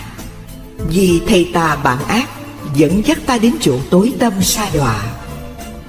Là Phật tử đã quy y Tam Bảo rồi mà không vâng lời Phật dạy là đã biến mình thành kẻ tà đạo. Tà đạo không có nghĩa là đạo khác, mà những ai không nghe lời Phật dạy, thờ cúng phi pháp, lại tin bướng nghe càng, làm điều trái ngược.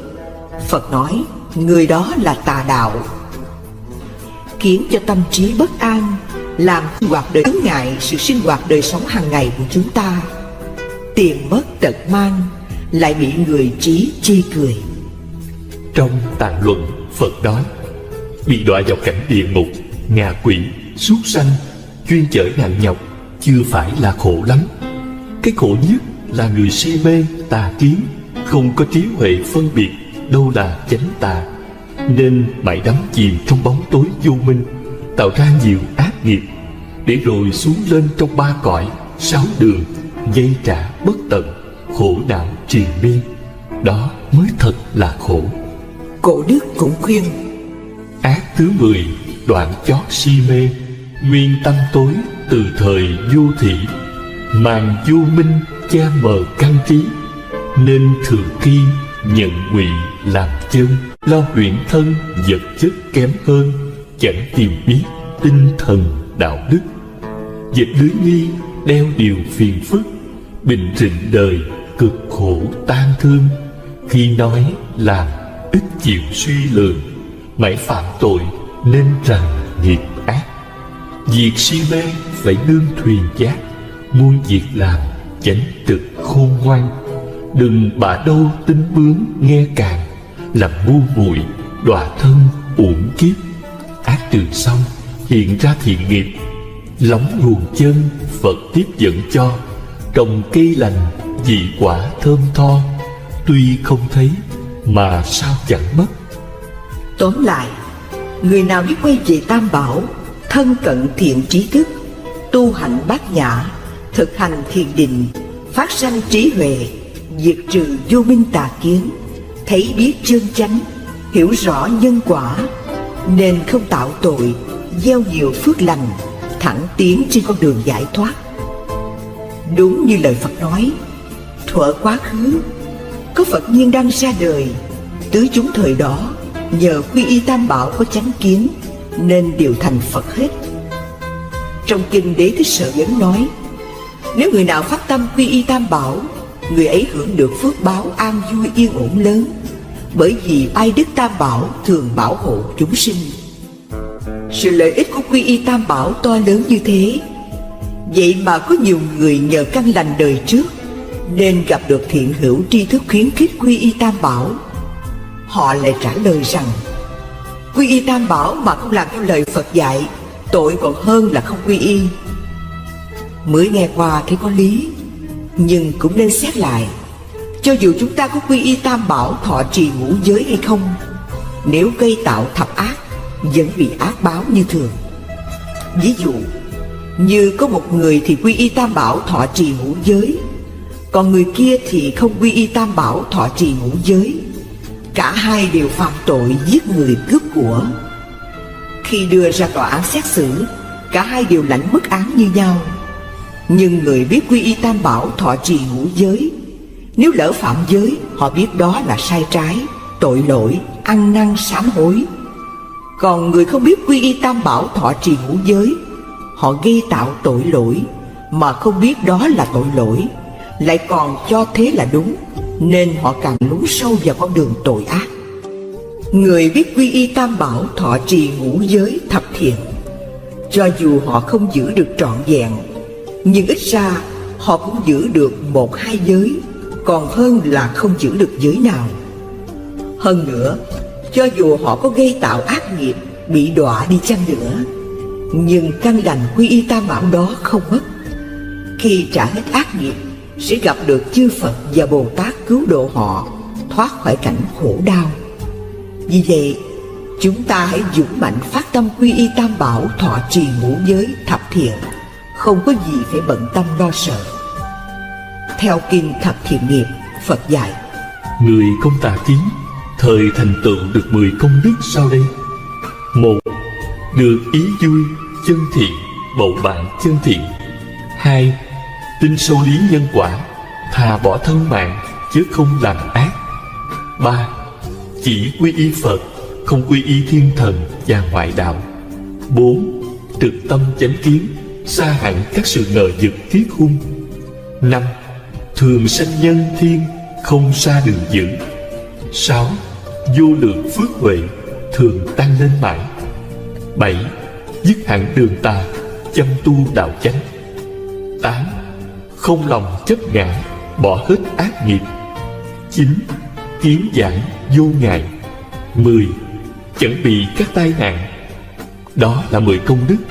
Nếu ai hồi hướng về quả vô thường chánh đẳng chánh giác, sau khi thành Phật, chứng được tất cả Phật Pháp, thành tựu thần thông tự tại. Ngược lại, trong Kinh Niết Bàn nói, nếu người nào si mê tà kiến hiện tại, tâm trí bất an, mê mờ làm điều tà dại, não hại sinh linh, khi quả thành thục sẽ đọa địa ngục. Ra khỏi địa ngục, thọ thân súc sanh làm heo, bò, kiến mối. Nếu được làm người, sanh vào nhà tà kiến, đuôi điếc câm ngọng, tàn tật, tâm trí u mê, thường mang ách nạn ưu sầu vào thân. Phật đã ân cần chỉ rõ tai hại của tà kiến. Chúng ta lẽ nào chẳng sợ hãi, không từ bỏ nó hay sao? Sở dĩ con người khổ đau tổn giảm tuổi thọ sa đọa là do không giữ giới. Kinh Trường A Hàm kể, thuở mới khai thiên lập địa, cõi đất này bằng phẳng, trang nghiêm, thanh tịnh. Chư thiên cõi trời Quan Âm hóa sanh xuống sống bằng niệm lực. Trên thân phát ra ánh. Người nào tu hạnh, nhẫn thì nhan sắc diệu hòa, thân tướng đoan trang, oai nghi tề chỉnh. Như thế đủ chứng minh nhẫn nhục hiện tại và tương lai hưởng được sự an lạc tốt đẹp. Thế mà người đời cho nhẫn nhục là yếu hèn. Họ quan niệm như thế thật sai lầm.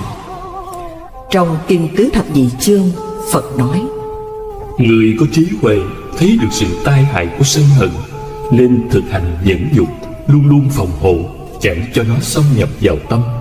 Nhẫn như thế được gọi là người có sức mạnh lớn. Sức mạnh của người tu không phải như lực sĩ dùng sức mạnh để đánh thắng đối phương. Như thế rất tầm thường, nhiều người làm được. Cuộc chiến thắng đó có biết bao nhiêu người đau khổ, oán thù. Mà sức mạnh của người tu là phải có sự nhẫn nhục, chịu đựng được những cảnh trái ý nghịch lòng. Dù bị chửi mắng, đánh đập, giết hại, nhưng vẫn giữ được sự điềm tĩnh an nhiên, với tấm lòng bao dung, vị tha, khiến cho đối phương an lạc, xua tan đi nỗi hận thù, xoa dịu nỗi khổ đau đang xung đột hàng ngày, nêu gương lành cho nhân loại. Bậc trí huệ nhập đạo thường vui vẻ nhận lãnh. Sự chửi mắng cay độc như uống nước cam lồ. Khen chê thương ghét mặt người, từ bi hỷ xả nơi nơi rải đều. Mưa trời nào nệ rong rêu, tâm từ vô lượng rải đều chúng sanh. Thiện pháp. Kinh Pháp Cú nói, chiến trường quyết liệt hơn thua, thắng người ngàn trận cũng chưa thật tài. Thắng mình mới đáng gọi hay, chiến công oanh liệt ấy ai dám bì. Người thế gian nhẫn khác người tu, vì sức yếu thế cô phải nhìn, nhưng trong lòng rất căm hận, chờ cơ hội báo oán. Hay là chuyện oan ức chưa biện bạch được, bởi tiền bạc che lấp sự bất công. Vì danh dự tông môn, gia đình phải nhịn cho yên thân, nhưng lúc nào cũng thấy cái nhục trước mắt, nên hết sức khổ đau. Như thế không đúng nghĩa chữ nhẫn của nhà Phật, nên oan trái oán thù cứ mãi chất chồng. Kinh Pháp Cú Phật dạy, nó mắng tôi, đánh tôi, nó thắng tôi, cướp tôi, ai ôm hiềm hận ấy, hận thù không thể vui. Nó mắng tôi, đánh tôi, nó thắng tôi, cướp tôi, không ôm hiềm hận ấy, hận thù được tự nuôi. Với hận diệt hận thù, đời này không thể được. Không hận diệt hận thù là định luật ngàn thu. Muốn hóa giải oan trái hận thù, Phật dạy phải thường khởi lòng từ, tha thứ hoàn toàn đối với những ai đã từng làm mình đau khổ, và không nên thấy lỗi người, hằng nhận lỗi mình, thấu suốt nhân quả, ăn năn sám hối, lo tu sửa, xem kẻ thù như Phật, trời, cha mẹ, thời sẽ diệt trừ hết ác nghiệp, mau thành Phật quả. Kẻ thù càng muốn ta hư, thắng thù ta cố, nên người đức cao. Ngàn xưa cho đến ngàn sau, tình thương ngăn được máu đào mà thôi. Ta đã được an tịnh, không có oán và hờn. Giữa những người oán hờn, ta sống không oán hờn. Kinh Pháp Cú. Bởi không nghe lời Phật dạy, nên có nhiều người ăn chay mấy chục năm mà phiền não vẫn còn. Mỗi khi gặp nghịch cảnh đến liền sân si, bực tức, la lối. Người như thế Phật cho là yếu kém, không bao giờ đạt đến quả vị giải thoát. Nên Ngài nói, trì trai khổ hạnh, không thể bì kịp người tu hạnh nhẫn. Các con phải ghi nhớ, không nên làm nặng lòng ai hết, chớ coi họ tốt hay xấu, mà hãy xem đạo hạnh của mình có vẹn toàn hay chưa, và bền chịu các sự nhẫn nhục, siêng học kinh, nghe pháp, giữ gìn giới luật của bậc thánh. Như thế, người ta sẽ xa lánh mọi sự buồn, mau tiến tới niết bàn. Kệ rằng, người con Phật phải gìn hạnh nhẫn, chớ chứa hờn chớ giữ ích chi. Phận tu trì tai gác mặt lì, chịu cay đắng tu hành mới giỏi. Hay là người tu giả dại giả câm, giả đuôi giả biết để tầm đạo cao. Mấy lời phân tỏ âm hao, ráng tu đem được Phật vào trong tâm. Thuở Phật còn tại thế, Ngài khuyên La Hầu La, muốn thành tựu hạnh nhẫn, phải quán thân mình như đất. Dù người ta đổ và rải lên đất những thứ tinh sạch đẹp đẽ như hoa, nước thơm, sữa thơm, hoặc người ta đổ lên đất những thứ dơ dáy, hôi hám như phân, nước tiểu, máu mủ và hạt dầu đàm nhớt xuống đất, thì đất vẫn tiếp nhận tất cả những thứ ấy một cách tự nhiên, không vui vẻ mừng rỡ, mà cũng không chán ghét tủi nhục.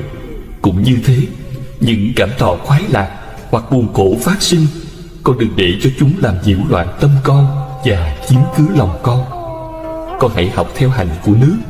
Dù người ta có giặt những thứ thơm to hoặc dơ bẩn trong nước, nước cũng không vì thế mà cảm thấy vui vẻ, tham đắm hoặc tủi nhục, buồn khổ chán chường.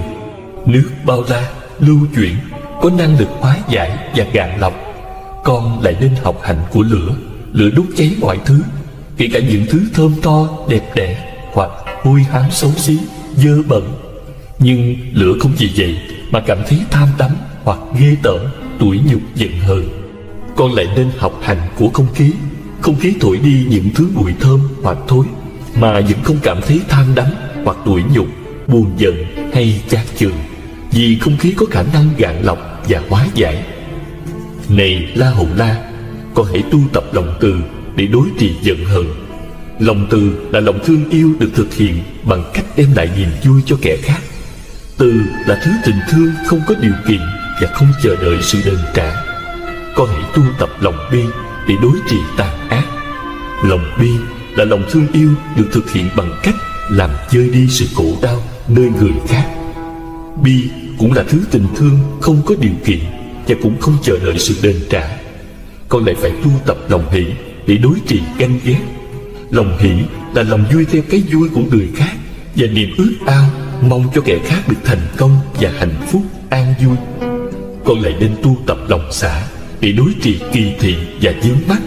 Lòng xả là tâm niệm thanh thoát và cởi mở đạt được do sự nhận thức về tính cách tương quan bình đẳng giữa mọi loài. Mình và người không phải là hai thực thể riêng biệt, không nên ghét bỏ cái này để đi nắm bắt cái khác. La Hầu La, từ, bi, hỷ và xả là 4 tâm rộng lớn, không có bờ bến và cũng đẹp đẽ khôn cùng. Đó gọi là tứ vô lượng tâm. Tu tập theo 4 pháp này thì mình trở nên một con người cao thượng, đem lại sinh lực và niềm vui cho tất cả chúng sanh. La Hầu La, con lại phải quán chiếu về vô thường để phá trừ ảo tưởng về cái ta. Con phải quán chiếu về tính sinh diệt và thành hoại của thân thể để hiểu sâu về sự sống chết. Đó là phương pháp thoát đi tham dục, sân nhuế. Ví có kẻ cầm dao cắt đứt thân con ra từng mảnh.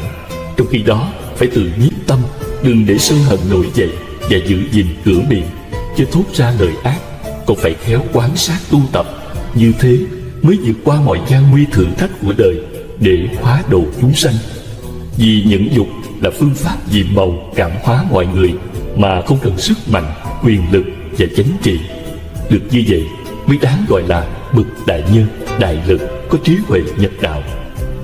Người tu hạnh nhẫn nhục, tập tánh giống như nước, thường mềm dẻo mát dịu, rộng lượng và khoan dung. Nhẫn nhục như bùn đất, dù sạch dơ đổ lên, đại địa Khác là đúng. Mình phải cảm ơn để lo tu sửa. Còn như họ chửi nhầm lẫn, xem đó là lời nhắc nhở hay tiếng gian, gió thổi ngoài tai. Câu trả lời đó thật là quý báu, khiến cho ai nấy đều thán phục. Cả Lợi Dương cảm thấy tự ái dồn dập, liền rút kiếm ra bảo: đây là lời nói dối trá, vô lễ. Rồi mạnh tay vung gươm cắt đứt hai lỗ tai của tiên nhân. Ôi, những dòng máu đỏ tuôn rơi, ướt đẫm cả hai má, nhưng sắc mặt tiên nhân vẫn an nhiên tĩnh tọa. Thế thế, Ca Lợi vung gươm chặt đứt thêm hai cánh tay và chân, rồi nói: thử coi tôi còn nhẫn nổi không. Máu chảy ướt cả chỗ ngồi, nhưng không một lời oán trách, rên than. Vua lặng thinh suy nghĩ, người này không phải tầm thường, nên gượng cất tiếng hỏi: hỡi tiên nhân, tại sao ngươi bị ta hành hạ mà gương mặt không hiện ra sắc giận và nói lời nào? Này đại vương, nếu tôi có lỗi bị người hành hạ, tôi phải nhẫn thọ như uống nước cam lồ và cung kính đối với người ấy. Còn nếu gặp trường hợp họ không phân biệt phải trái, xúc phạm, khi đó tôi nghĩ ngày nay mình vô tội, nhưng biết đâu trong quá khứ đã từng làm người ta khổ đau. Hơn nữa, thân này là vô thường, do các duyên giả hợp, có gì đáng để luyến tiếc. Hay lắm, nghĩ được như thế hết sức là cao thượng. Nhưng làm sao cho ta tin rằng ngươi thật tình không oán hận? Không cần nói, đại dương cũng thấy tôi nào khuất phục trước sự áp bức bất minh, thiếu nhận xét của ngài, và chẳng quan tâm tới lưỡi kiếm chém vào thân tôi, nên nội tâm được tịch tỉnh, không có ác niệm đối với sự tàn bạo của ngài. Vì tôi lúc nào cũng tâm niệm nguyện cho tất cả chúng sanh sớm bỏ đường tà, quay về nẻo chánh, thoát khỏi ác nghiệp. Nếu quả thật tôi có thực hành nhẫn nhục, cầu cho thân này được bình phục như cũ. Vừa nguyện xong, trời đất bỗng dưng rung chuyển, hương thơm ngào ngạt lan tỏa khắp nơi. Máu hóa ra sữa, thân thể trở lại như xưa. Nhìn thấy tiên nhân bình phục, vua Ca Lợi vô cùng kinh ngạc. Giờ đây tánh kiêu căng tàn bạo không còn nữa, bèn quỳ xuống bên tiên nhân, cầu xin sám hối tội lỗi và phát nguyện tận tâm phụng sự Tam Bảo, và noi theo gương nhẫn nhục của ngài để thực hành trong đời sống cá nhân cùng trị quốc an dân. Qua chuyện trên, chúng ta thấy tiền thân Phật chấp nhận nghịch cảnh đau thương, không một lời oán trách, lại nguyện cho họ đừng lãnh thọ ác báo, nên ngài thành tựu được thân nhẫn, khẩu nhẫn và ý nhẫn, đạt đến nhẫn nhục ba la mật. Không thấy mình nhẫn và cảnh để nhẫn, nên nội tâm được an lạc. Còn chúng ta, hễ nghe ai nói hoặc làm trái ý một chút là nổi nóng lên, nguyền rủa cho họ chết một cách thê thảm mới hả dạ. Chính vì sự tức giận làm cho con người mù quáng, không phân biệt được phải trái, nên lắm lúc can tường luân lý bị đảo ngược. Như con dám hại cha chửi mẹ, vợ thù chồng, em giết anh, tớ phản chủ, đồng loại xô xát lẫn nhau, gây bao thảm cảnh. Cho nên cứ mãi tiếp tục làm chúng sanh đầy phiền não, trôi lăn trong dòng sanh tử trả dai, khổ đau bất tận.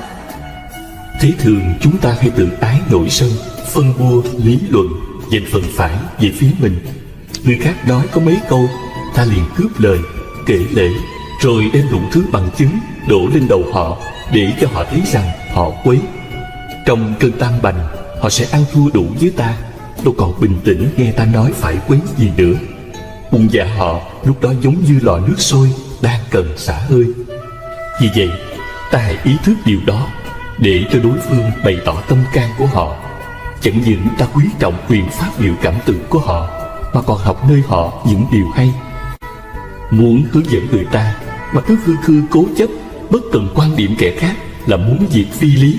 Họ sai, ta có quyền sửa, nhưng ta đừng quên rằng họ cũng có lý của họ. Mỗi người có quan niệm sống và quan điểm lý luận riêng. Muốn cho người khác tín nhiệm ta lâu dài thì đừng bao giờ sân si, hành động độc tài, mà luôn luôn phải tôn trọng mọi người. Nếu chúng ta muốn họ hành động theo ta mà không nghĩ đến quyền lợi và sáng kiến của họ, hành động độc tài, ích kỷ như một bạo chúa, thì họ sẽ bất bình bỏ ta làm một mình. Chúng ta nên biết rằng không thành công lớn nào trên đời mà không cần đến sự giúp sức của nhiều người. Người thành công là biết đặt mình ở địa vị của kẻ khác, khéo gieo giống sáng kiến của ta vào sáng kiến của người hợp tác, để tìm ra tiếng nói chung đẹp lúc. Trong luật nhà Phật gọi đó là ý kiến riêng, chỉ dạy cho nhau, lợi quyền chia đồng với nhau. Có như thế, việc làm ấy mới thành công tốt đẹp lâu dài. Chúng ta nên nhớ, khi chinh phục ai thì đừng biến họ thành kẻ thù.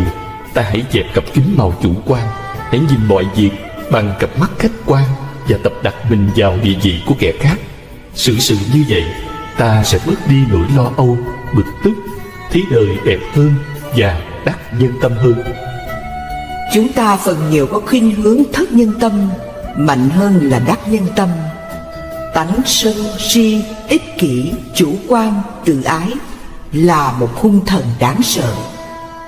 Từ vua chúa, quan quyền cho đến hạng bình dân ít học đều có lòng tự ái. Thậm chí cho đến những tu hành mà tâm hồn không được thánh thiện vẫn bị nó quấy nhiễu. Nghĩa là ai nói xúc phạm hoặc có cử chỉ gì đụng chạm đến quyền lợi, danh dự của họ thì sân si sừng sộ, phẫn nộ, nhăn mặt nhíu mày, phùng mang trợn mắt, quạo cọ, la hét, chửi mắng, đánh đập đối phương.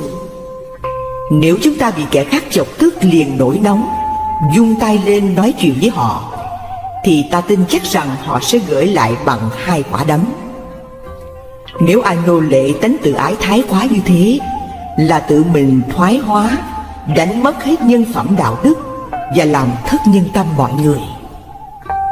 Những bậc thượng căn đại trí mới có đủ can đảm, điềm đạm, mềm mỏng khi bị kẻ khác nói nặng. Những vị ấy biết rằng ăn miếng trả miếng không có lợi gì cả. Trong giao tế hàng ngày, ai không mềm mỏng thì trăm việc bất thành đến gần trăm. Chúng ta phải công nhận rằng trong thời gian qua có rất nhiều việc tại mình nóng bậy một chút mà hỏng. Kệ khuyên: mở tình yêu khắp nhân loại, giúp nhau cuộc sống được dày thêm ra. Giận nhau mấy cũng nên tha, thù nhau mấy cũng nên hòa tốt hơn. Hờn người tất bị người hờn, ghét người, người ghét không hơn chi người. Hòa nhau cho được vui cười, hơn là thù ghét suốt đời âu lo. Thương người như thể chân tay, ở trong thế giới hết ai sanh rầy. Sự tu chính ở chỗ này, cho nên cần khắp nhân loại biết tu. Thanh Sĩ: muốn cho thân tâm thanh tịnh, mau thành Phật quả, kinh Pháp Hoa dạy: lấy từ bi làm nhà, lấy nhu hòa nhẫn nhục làm y phục, lấy tất cả pháp không làm tọa ngồi. Từ bi là nước cam lồ tươi mát, tưới tắt lửa phiền não. Nhẫn nhục như áo giáp ngăn ngừa tên độc. Pháp không là ánh sáng trí huệ, phá tan bóng tối vô minh chấp trước. Ai thực hành được 3 phương pháp trên để diệt trừ tham sân si, tức là đã vào nhà Như Lai, mặc y Như Lai và ngồi tọa Như Lai vậy. Chúng ta hãy cố gắng tu tập hành nhẫn như tôn giả Phú Lâu Na. Một hôm, Ngài xin Phật đến xứ Vũ Lâu Na truyền đạo. Phật hỏi: này Phú Lâu Na, dân chúng xứ ấy rất hung ác, con đến đó dạy họ không nghe, còn dùng lời ác mắng chửi. Khi đó con nghĩ sao? Bạch Thế Tôn, con nghĩ họ là người tốt, vì chưa lấy cây, đá, đánh và ném con. Nếu họ dùng cây và đá đánh lén con thì sao? Con nghĩ họ vẫn còn lòng nhân vì chưa đánh lén con đến chết. Nếu họ đánh đập đâm chém con chết thì sao? Bạch Thế Tôn, con nghĩ họ là ân nhân giải thoát dùng cái thân bất tịnh khổ đau này. Phật khen: hay lắm, con nhận được như thế mới qua xứ đó truyền đạo được. Tôn giả Phú Lâu Na qua xứ Vũ Lâu Na giáo hóa. Không bao lâu dân chúng xứ ấy đều quy y Phật, Pháp, Ta, nên có câu: con muốn tu thì việc chi nhịn hết, nhịn hoài, nhịn mãi con ơi. Chẳng phải là nhịn có 3 lần thôi, mà nhịn mãi đến khi thành chánh giác. Con nhịn mãi dầu thân con có thác thân con mà tâm trí nhẹ nhàng. Cõi Tây Phương con chắc chắn bước sang, bằng con đọa thầy lấy ra chịu thế. Thân con nhẫn thì việc chi mặc kệ, không sát sanh trộm cướp với tà dâm. Dầu ai kia có đánh đập chém đâm, tìm cách tránh chứ không nên đáp lại. Khẩu nhẫn nhịn là miệng không tranh cãi, lời khoe khoang hay đâm thọc dối lừa. Chửi mắng người bốn nghiệp miệng khá chừa, gây nghiệp dữ đời sao câm con nhé. Hòa thượng Giác Ngôn. Phật Thích Ca dạy: lấy từ bi thay báo oán. Đức Lục Tổ dạy: nhẫn là công, nhục là đức. Lão Tử nói: nhu thắng cương. Hòa thượng Giác Huệ nói: con hãy thương những kẻ chẳng thương con chớ ghét những người con đáng ghét. Lời Phật dạy không lầm đâu, ôn tồn dịu ngọt sẽ thắng tất cả. Nhẫn nhục là phương pháp thần diệu đem lại sự an lạc cho bản thân, gia đình hòa hợp, bạn hữu tương thân, tớ thầy trung tín, đồng bào đoàn kết, thế giới hòa bình. Không nhẫn, thân bại danh liệt, gia đình ly tán, bạn hữu chia lìa, tớ thầy đoạn tuyệt, đồng bào xung đột, thế giới chiến tranh. Có nhẫn nhục thì lòng từ chan chứa, ban rải khắp muôn loài vạn vật. Sự nghiệp dâng cao, người người quý mến, đạo quả viên thành. Vậy mà có nhiều người không hiểu. Họ nói: gặp Phật thì tu, gặp ma phải trừ. Câu nói đó không đúng giáo lý nhà Phật. Phải nói là gặp Phật thì tu, gặp ma càng tu nhiều hơn. Quý Phật tử cũng thấy, khi Phật sắp thành đạo, ma dương dùng mọi cách quấy phá, nhưng Ngài vẫn an nhiên tĩnh tọa. Thậm chí cho đến Đề Bà Đạt Đa nhiều kiếp đem ác tâm hãm hại, nhưng Phật không hề oán trách, mà Ngài còn nói: nhờ Đề Bà Đạt Đa mà ta mau thành chánh quả. Công đức nhẫn nhục lợi ích to lớn như thế, chúng ta còn nghi ngờ gì nữa mà không thực hành. Nhất là những ai đã nhiều lần bị lửa sân tàn phá tâm can, gia đình, sự nghiệp của mình. Hãy mau mau tu tập pháp môn nhẫn này, để khỏi phải ăn năn hối hận vì nó nữa.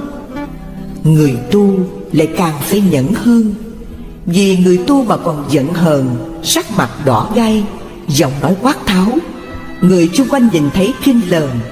Cho dù vị đó có lão thông tam tạng, kinh điển, cũng không ai dám tin tưởng sự tu hành của họ nữa. Thế nên Cổ Đức dạy rằng: ác thứ 9, lửa sân luận tiếp. Lửa trong tâm chẳng đốt mà lừng, nổi lôi đình đâu có định chừng. Cho ta biết mà ngăn ngừa trước. Tánh sân nộ thường làm bạo ngược, nên loài người ở cõi thế gian giận hờn nhau, thù oán dễ tràn. Mới có cuộc tranh tài đấu lực, hơn tự đắc khoe khoang vọng sức. Phải bị người hiềm khích ghét ganh, thua hổ ngươi làm chuyện bất lành. Gây nghiệp dữ oan oan tương báo, trong cơn giận kể gì nhân đạo. Giống như con cọp dữ trên rừng, gặp thịt toan cấu xé tưng bừng, phân từng mảnh mới là hả dạ. Diệt được nó tâm trần thông thả, ta thường nên tập tánh khoan dung. Thực hành đi đừng có ngại ngùng, tha thứ kẻ lỗi lầm ngu xuẩn, và nhẫn nhịn đừng ham tranh luận. Khỏi mất lòng tất cả mọi người, tánh thuần lương, vẻ mặt vui tươi. vậy mới đáng tín đồ Phật giáo.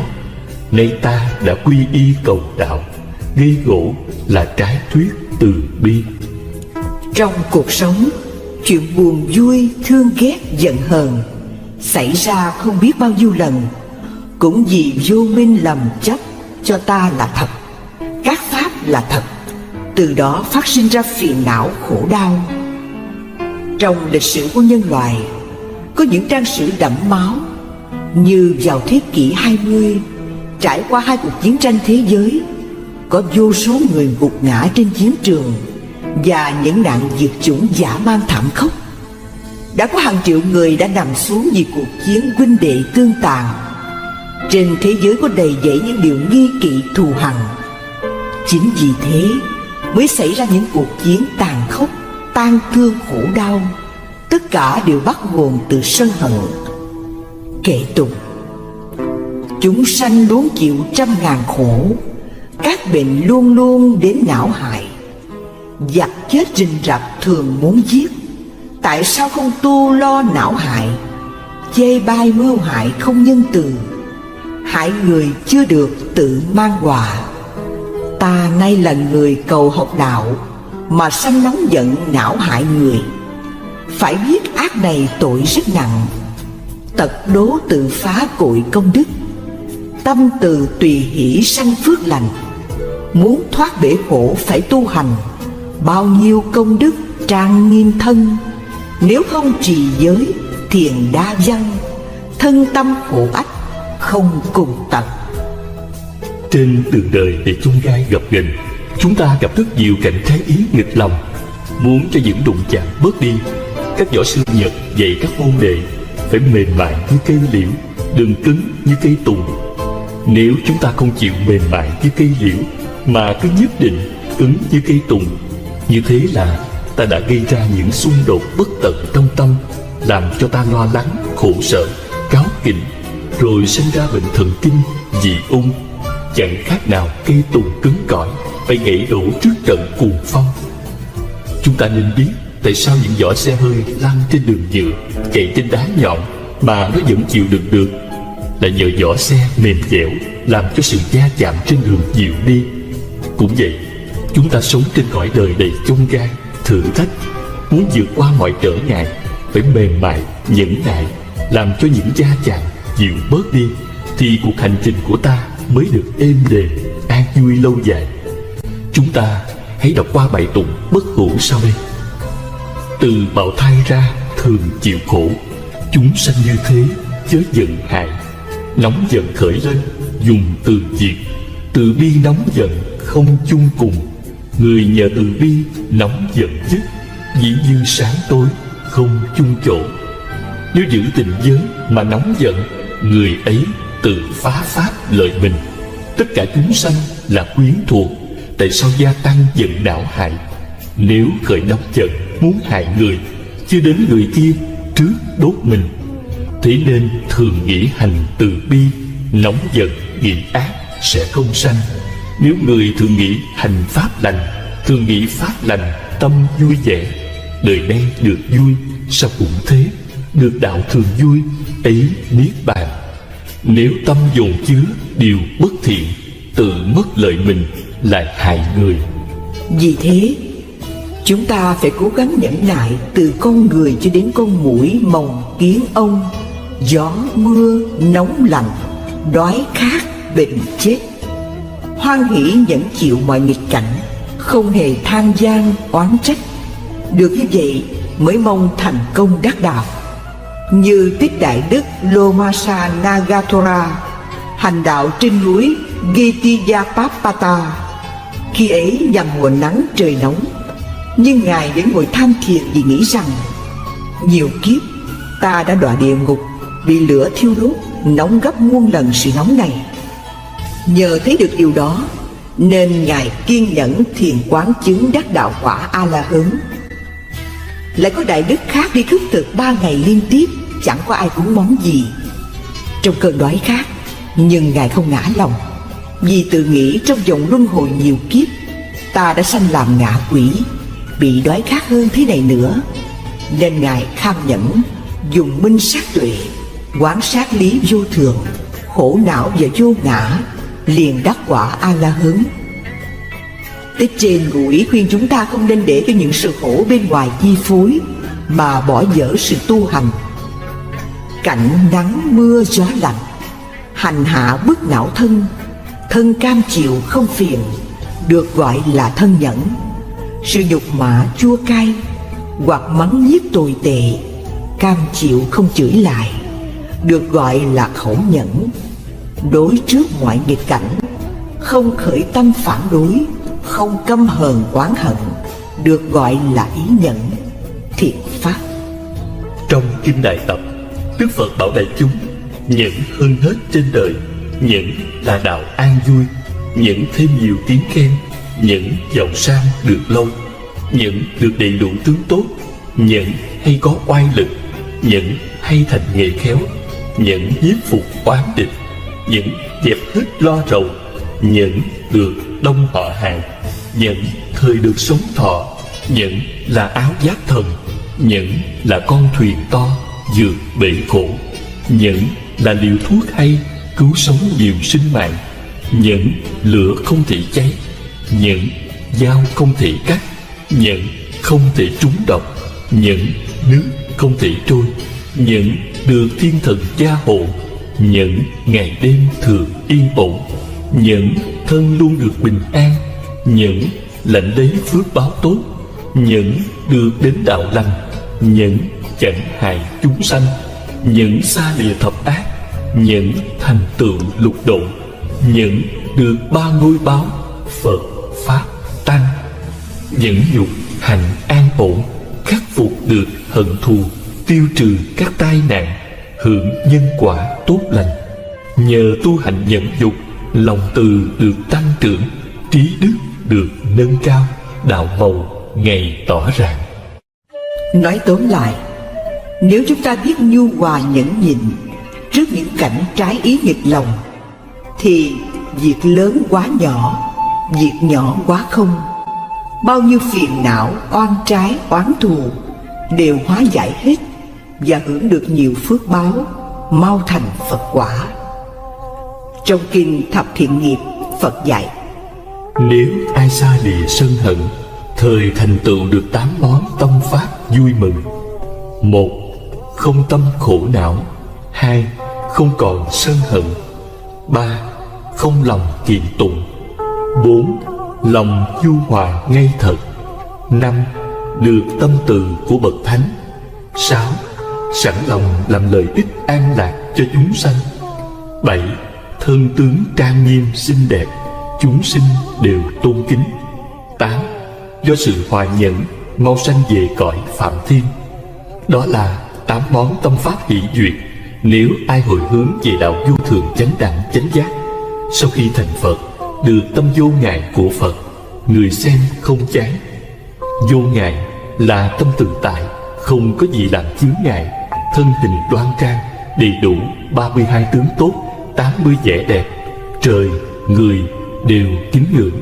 Ngược lại, ai hay nóng giận, hiện tại tự chuốc lấy âu sầu khổ họa vào thân, và làm cho gia đình đổ vỡ, sự nghiệp khó thành, gây thù kết oán, mọi người tránh xa. Kinh Niết Bàn nói: nếu người nào tánh khí sân si, khi quả báo thành thục phải sa địa ngục, ra khỏi địa ngục thọ thân súc sanh làm rắn độc, sư tử, cọp, beo, gấu, sói, mèo, chồn, ó, diều. Nếu được làm người, thân hình xấu xí, ai nhìn thấy đều chán ghét. Lại nữa, trong kinh Akhaanti Sutta, Đức Phật dạy rằng: này chư tỳ kheo, có 7 sự lợi ích cho người tu pháp hành nhẫn nại. 1. Thân tâm an lạc mát mẻ. 2. Thường khởi lòng từ thương yêu tất cả chúng sanh. 3. Được nhiều người hài lòng yêu mến. 4. Không gây ác cảm với ai. 5. Không tạo tội ác, gieo nhiều phước thiện. 6. Lúc lâm chung tâm trí sáng suốt. 7. Sau khi mạng chung do thiện nghiệp sanh lên cõi trời. Này chư tỳ kheo, có 7 điều tai hại đối với những người không tu pháp nhẫn nại. 1. Tánh hay tức giận nóng nảy. 2. Thường khởi tâm tàn nhẫn đối với người khác. 3. Nhiều người không hài lòng, phần đông chẳng ai yêu mến. 4. Gây lắm oan trái với mọi người. 5. Tạo nên bao ác nghiệp. 6. Lúc lâm chung thần thức mê muội. 7. Sau khi mạng chung, do ác nghiệp cho quả tái sanh cõi ác giới, địa ngục, súc sanh, Atula. Tai hại của sân nhuế như thế há chẳng ngăn ngừa lắm ư? Tôi thiết nghĩ không cần trình bày nhiều, quý Phật tử cũng thấy đâu là lợi, đâu là hại. Tôi cầu mong sao tất cả chúng ta hãy cố gắng thực hành pháp môn nhẫn dục này có hiệu quả tốt đẹp, để cho cõi đời thêm phần an lạc. Nhờ tu hành nhẫn nhục, lửa sân hận dập tắt, dục vọng chẳng hoành hành, căn lành càng thêm lớn. Thiện pháp. 10. Không tà kiến. Tà kiến là tin tà, mong phước mê tín tà dạy, chấp thường chấp đoạn, chẳng tin nhân quả tội phước, sống tranh đấu, chết là hết, không có thiên đường, địa ngục, tây phương, cực lạc. Đó là tà kiến. Phật cấm không cho các hàng đệ tử mê tín tà kiến, vì đó là nguyên nhân làm chướng ngăn thánh đạo. Phật chỉ cho phép các hàng đệ tử tin vào những điều chân chánh, chứ không phải Phật cấm chúng ta đừng tin gì hết. Bởi vì sống ở đời, nếu ta không tin ai cả, thử hỏi làm được việc gì? Trong gia đình, ông bà, cha mẹ, vợ chồng, con cháu, dòng họ không tin tưởng, cứ mãi hiềm kỵ lẫn nhau, thì có gì là hạnh phúc? Xã hội như thế sẽ loạn mất. Đã sống chung phải tin tưởng lẫn nhau thì mới hòa hợp, làm nên sự nghiệp to lớn. Trên việc tu hành, đức tin rất cần thiết. Đó là căn bản sanh ra muôn hạnh lành, đạt đến đạo quả. Giả sử trò chẳng tin thầy, Phật tử không tin lời Phật dạy, biết căn cứ vào đâu để tu hành. Nhờ có đức tin mạnh mẽ, chí nguyện vững vàng mới dẹp được lòng tà ác. Nên có câu: tính năng trượng dưỡng chư thiện căn, tính năng siêu xuất chúng ma lộ. Có nghĩa là lòng chánh tín nuôi dưỡng được các căn lành, vượt khỏi con đường ma. Tuy nhiên đức tin phải đi đôi với trí sáng suốt, phân biệt giả chân, hầu tránh khỏi ma đạo chịu khổ báo về sau. Như câu chuyện Phật độ ông trưởng giả keo kiệt, quay về quy y Tam Bảo, thọ trì ngũ giới. Ít hôm sau, Ma Dương muốn thử xem lòng tin của ông như thế nào, nên hóa ra Phật đến bảo trưởng giả: hôm trước ta chỉ thử ngươi đó thôi, vì Phật Pháp chủ trương giải thoát làm cho con người được tự do, chứ đâu có bảo giữ gìn những giới luật khắt khe, ràng buộc thiệt thòi như thế. Để ông hãy xả giới đi. Trưởng giả lấy làm ngạc nhiên tự nghĩ: hình dung giống Phật mà lời dạy trước sau trái ngược, nên thưa: bạch Đức Thế Tôn, con xét thấy xả giới rất nguy hiểm. Nếu mọi người không giữ giới sát sanh, cứ tự do giết hại lẫn nhau, thì cõi đời sẽ diễn ra biết bao nhiêu cảnh đầu rơi, máu đổ, thịt nát, xương tan, loạn ly tứ phía.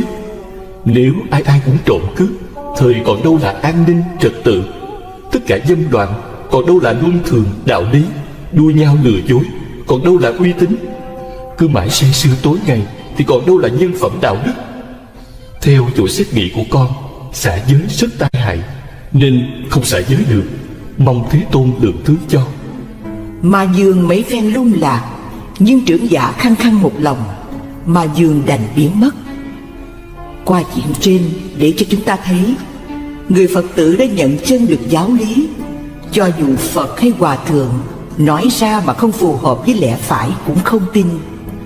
Có lắm người thiếu trí nhận định, đụng đâu tin đó, nên dễ lạc vào ma đạo. Vì thế cổ đức cảnh báo: đạo giới lý từ đây nhiều chỗ, phải lọc lừa cho kỹ mà nhờ. Chọn nơi nào đạo chánh phụng thờ, thì mới được thân sau cao quý. Nhìn Phật giáo mà tìm cái lý, coi tại sao ta phải tu hành. Vì yêu dân ta chỉ ngọn ngành, khuyên lê thứ là tinh lành ác tránh. Đạo quỷ dương rất nhiều chi nhánh, khuyên dương trần sớm tránh mới màu. Thời kỳ này nhiều quỷ lắm ma, ráng nghe kỹ lời ta mách trước. Tin không tin thì cũng mạch tình, chữ ta lắm công trình dạy dỗ. Hồi thuở trước Thích Ca Phật Tổ ngồi tham thiền, bị nó ghẹo hoài mà cũng không trúng động lòng Ngài, nên cố oán phá đời mãi mãi. Cổ đức còn nhắc nhở thêm: Câu đạo đức bay mùi thơm lạ, muốn nếm thì phải ráng sưu tầm. Các đạo tà mưu khéo âm thầm, dân chẳng kẻo lâm mà khổ. Chúng nói xuống khuyên răng nhiều chỗ, dùng phép màu lòe mắt chúng sanh. Ai ham linh theo nó tập tành, sa cảm bậy khó mong sống sót.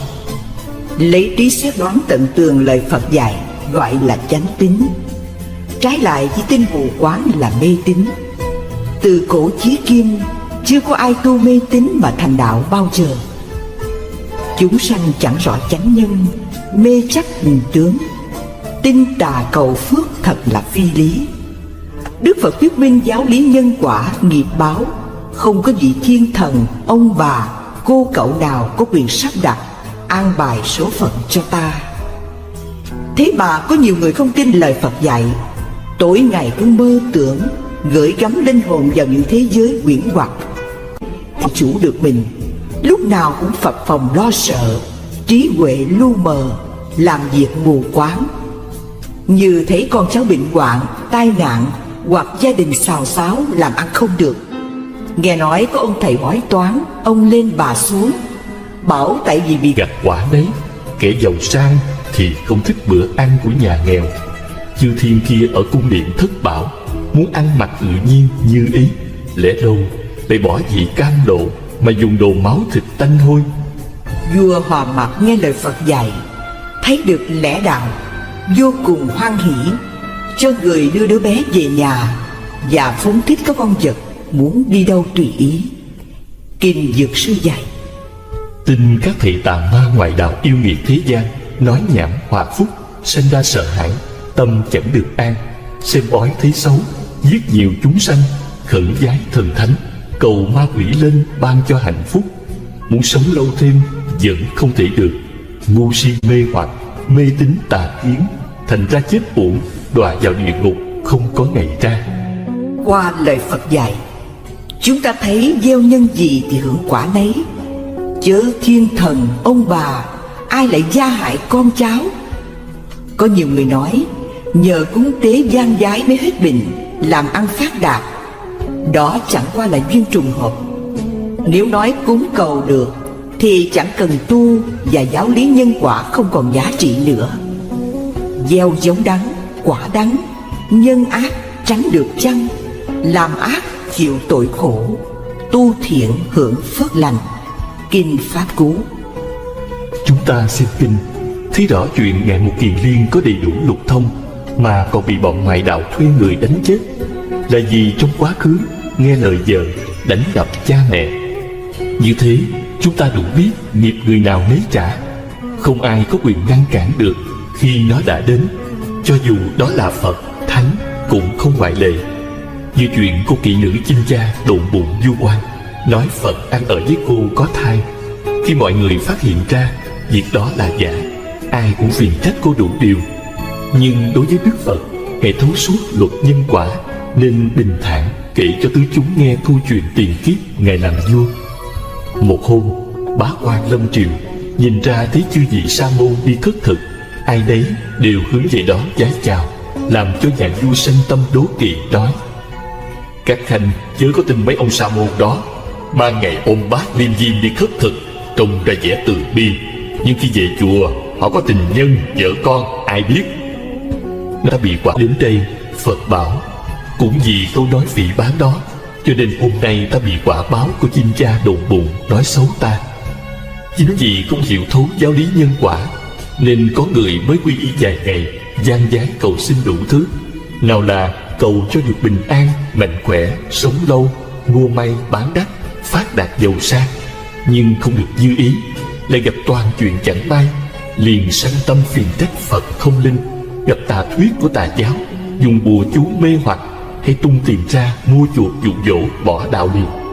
Hàng người như thế không hiểu gì về giáo lý nhân quả, thời không bao giờ tồn tại trong chánh Phật Đà.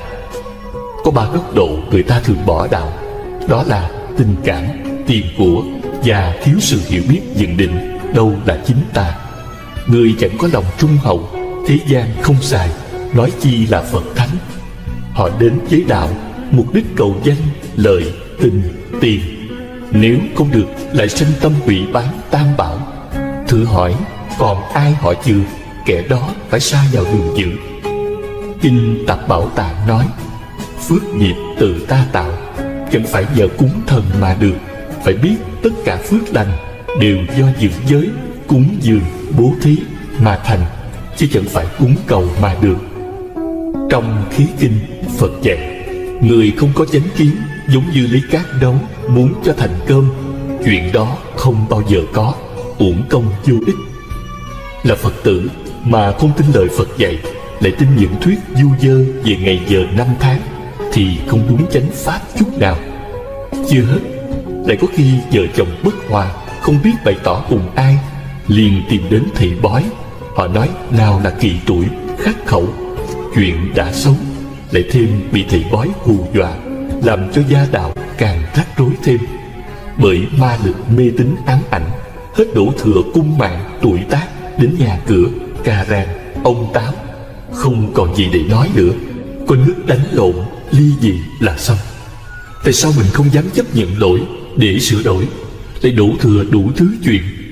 Ôi, mê tín đến nước đó thì không còn gì để nói. Ví dụ, mình lựa ngày giờ tốt, nhưng khi ra đường gặp chuyện rắc rối mà không nhịn người ta, thử hỏi có tốt được không? Trong nhà trên dưới, nếu biết nhường nhịn, thông cảm tha thứ những lỗi lầm cho nhau, thì không cần coi bói, gia đạo vẫn được bình an. Tại sao chúng ta phải hòa? Vì mỗi người đều có cái hay khác nhau. Khi hữu sự, nhờ người ta mới hoan hỷ giúp mình. Ngược lại căng thẳng, khi cần, ai mà giúp? Nên người xưa nói, bàn tay 5 ngón, ngắn dài khác nhau, nhưng đều sử dụng được cả. Đông có anh, Tây có em, đồng lòng đoàn kết, thì làm việc gì cũng xong. Nên có câu, hòa nhau của chất đầy kho, gây nhau chén bát nồi ơ tan tành. Thuận nhau ăn đủ mặc lành, nghịch nhau bụng đói, thân trần nghêu ngao. Từ chỗ hòa thuận đó, nó đem lại tài lộc, làm cho gia đình được hạnh phúc. Cần gì phải đi coi bói? Đa số thầy bói họ nói chung chung, năm nay không được tốt, nếu có phước thì qua, không phước bị nạn. Như thế, mình ráng lo làm phước, không tốt hơn là đi xem bói toán. trong Khí Kinh, Phật nói, tất cả các pháp đều từ nhân duyên giống sanh, và những gì mà con người gặp phải trên cõi đời đều do nghiệp lực chi phối. Chúng sanh tự gieo nhân rồi gặt lấy quả, chẳng phải trời, rồng, quỷ thần gây ra. Thiện ác kết quả riêng, nhân quả lý đương nhiên. Làm thiện sẽ được thiện, gieo giống ngọt vui yên. Kinh Pháp Cú. Qua lời Phật dạy, chúng ta thấy đối với chúng sanh, Ngài không bao giờ thưởng hay phạt bất cứ một ai, chỉ đưa ra giáo lý nhân quả, tốt xấu khổ vui tự mình tạo ra, không ai có quyền ban phước hay giáng họa. Nên người theo Phật tự tin nơi mình, không bị lệ thuộc bất cứ ai. Như lời Phật dạy, ta là Phật đã thành, các ông là Phật sẽ thành, là tự do bình đẳng, từ bi hỷ xả, vô ngã vị tha, thương yêu tất cả muôn loài vạn vật. Lại có người quan niệm sai lầm, khi tôn giáo của họ bị kẻ nào lấn hiếp, liền cổ vũ đồng đạo nổi dậy tìm đối phương trả thù, để người ta cho mình là thánh tử đạo, được Phật trời thượng đế thánh thần rước về thiên đàng cực lạc. Nhưng xin thưa quý vị, cho dù ai theo bất cứ tôn giáo nào hoặc không tôn giáo, nếu giết hại người phải lãnh lấy ác báo, đau thương chết thảm. Đối với Đức Phật, Ngài chủ trương phá bỏ tất cả giai cấp, lấy lòng từ bi hỷ xả đối với tất cả chúng sanh. Cho dù kẻ đó có chửi mắng, đánh đập, giết hại tổ thầy, ông bà, cha mẹ cho đến thân mình, cũng không được oán hận trả thù. Tâm hồn thiên liêng cao thượng đó không có bút mực nào diễn tả hết. Đó là điều chúng ta cần biết, chứ đừng nghĩ rằng giết kẻ phá đạo mình để chứng tỏ ta là người có công trung thành với đạo, để được ơn trên khen thưởng, phong quan tấn tước như chuyện thế gian. Người như thế không hiểu gì về luật nhân quả, thật là mê muội đáng thương. Để cảnh giác các hàng đệ tử, trong kinh A Hàm Phật bảo phải thực hành thiền định, quán sát thấy cho rõ các pháp, lúc thịnh khi suy, đủ duyên thì hợp, hết duyên thì tan, không có gì tồn tại mà phải bảo thủ, giết hại lẫn nhau, gây thù kết oán. Nếu hiểu được như thế, chúng ta sống rất thoải mái trong mọi cảnh ngộ, không có chi bận tâm. Đó là bức thông điệp vô giá Đức Phật đã để lại cho nhân loại làm nền tảng tu tập. Nhưng có mấy ai hiểu ra, cứ mãi giết hại lẫn nhau, thật đáng buồn thay. Nhìn thấy nhân loại đắm chìm trong bóng tối vô minh, mê mờ không lối thoát, nên Đức Phật hiện thân ra đời, đem giáo pháp nhiệm màu ân cần chỉ dạy, đưa nhân loại thoát khỏi dòng mê lộ. Là đệ tử phước mỏng nghiệp dày, sanh sao Phật hơn 25 thế kỷ, trí mờ ám, phải đương đầu nhiều lối tẻ. Bây giờ chúng ta phải làm gì? Xưa Phật dạy đệ tử, các con phải lấy giới luật làm thầy, thực hành bát chánh đạo là chánh kiến, chánh tư duy, chánh ngữ, chánh nghiệp, chánh mạng, chánh tinh tấn, chánh niệm và chánh định. Hãy tự mình thắp lên ngọn đuốc trí huệ, phá tan bóng tối vô minh tà kiến.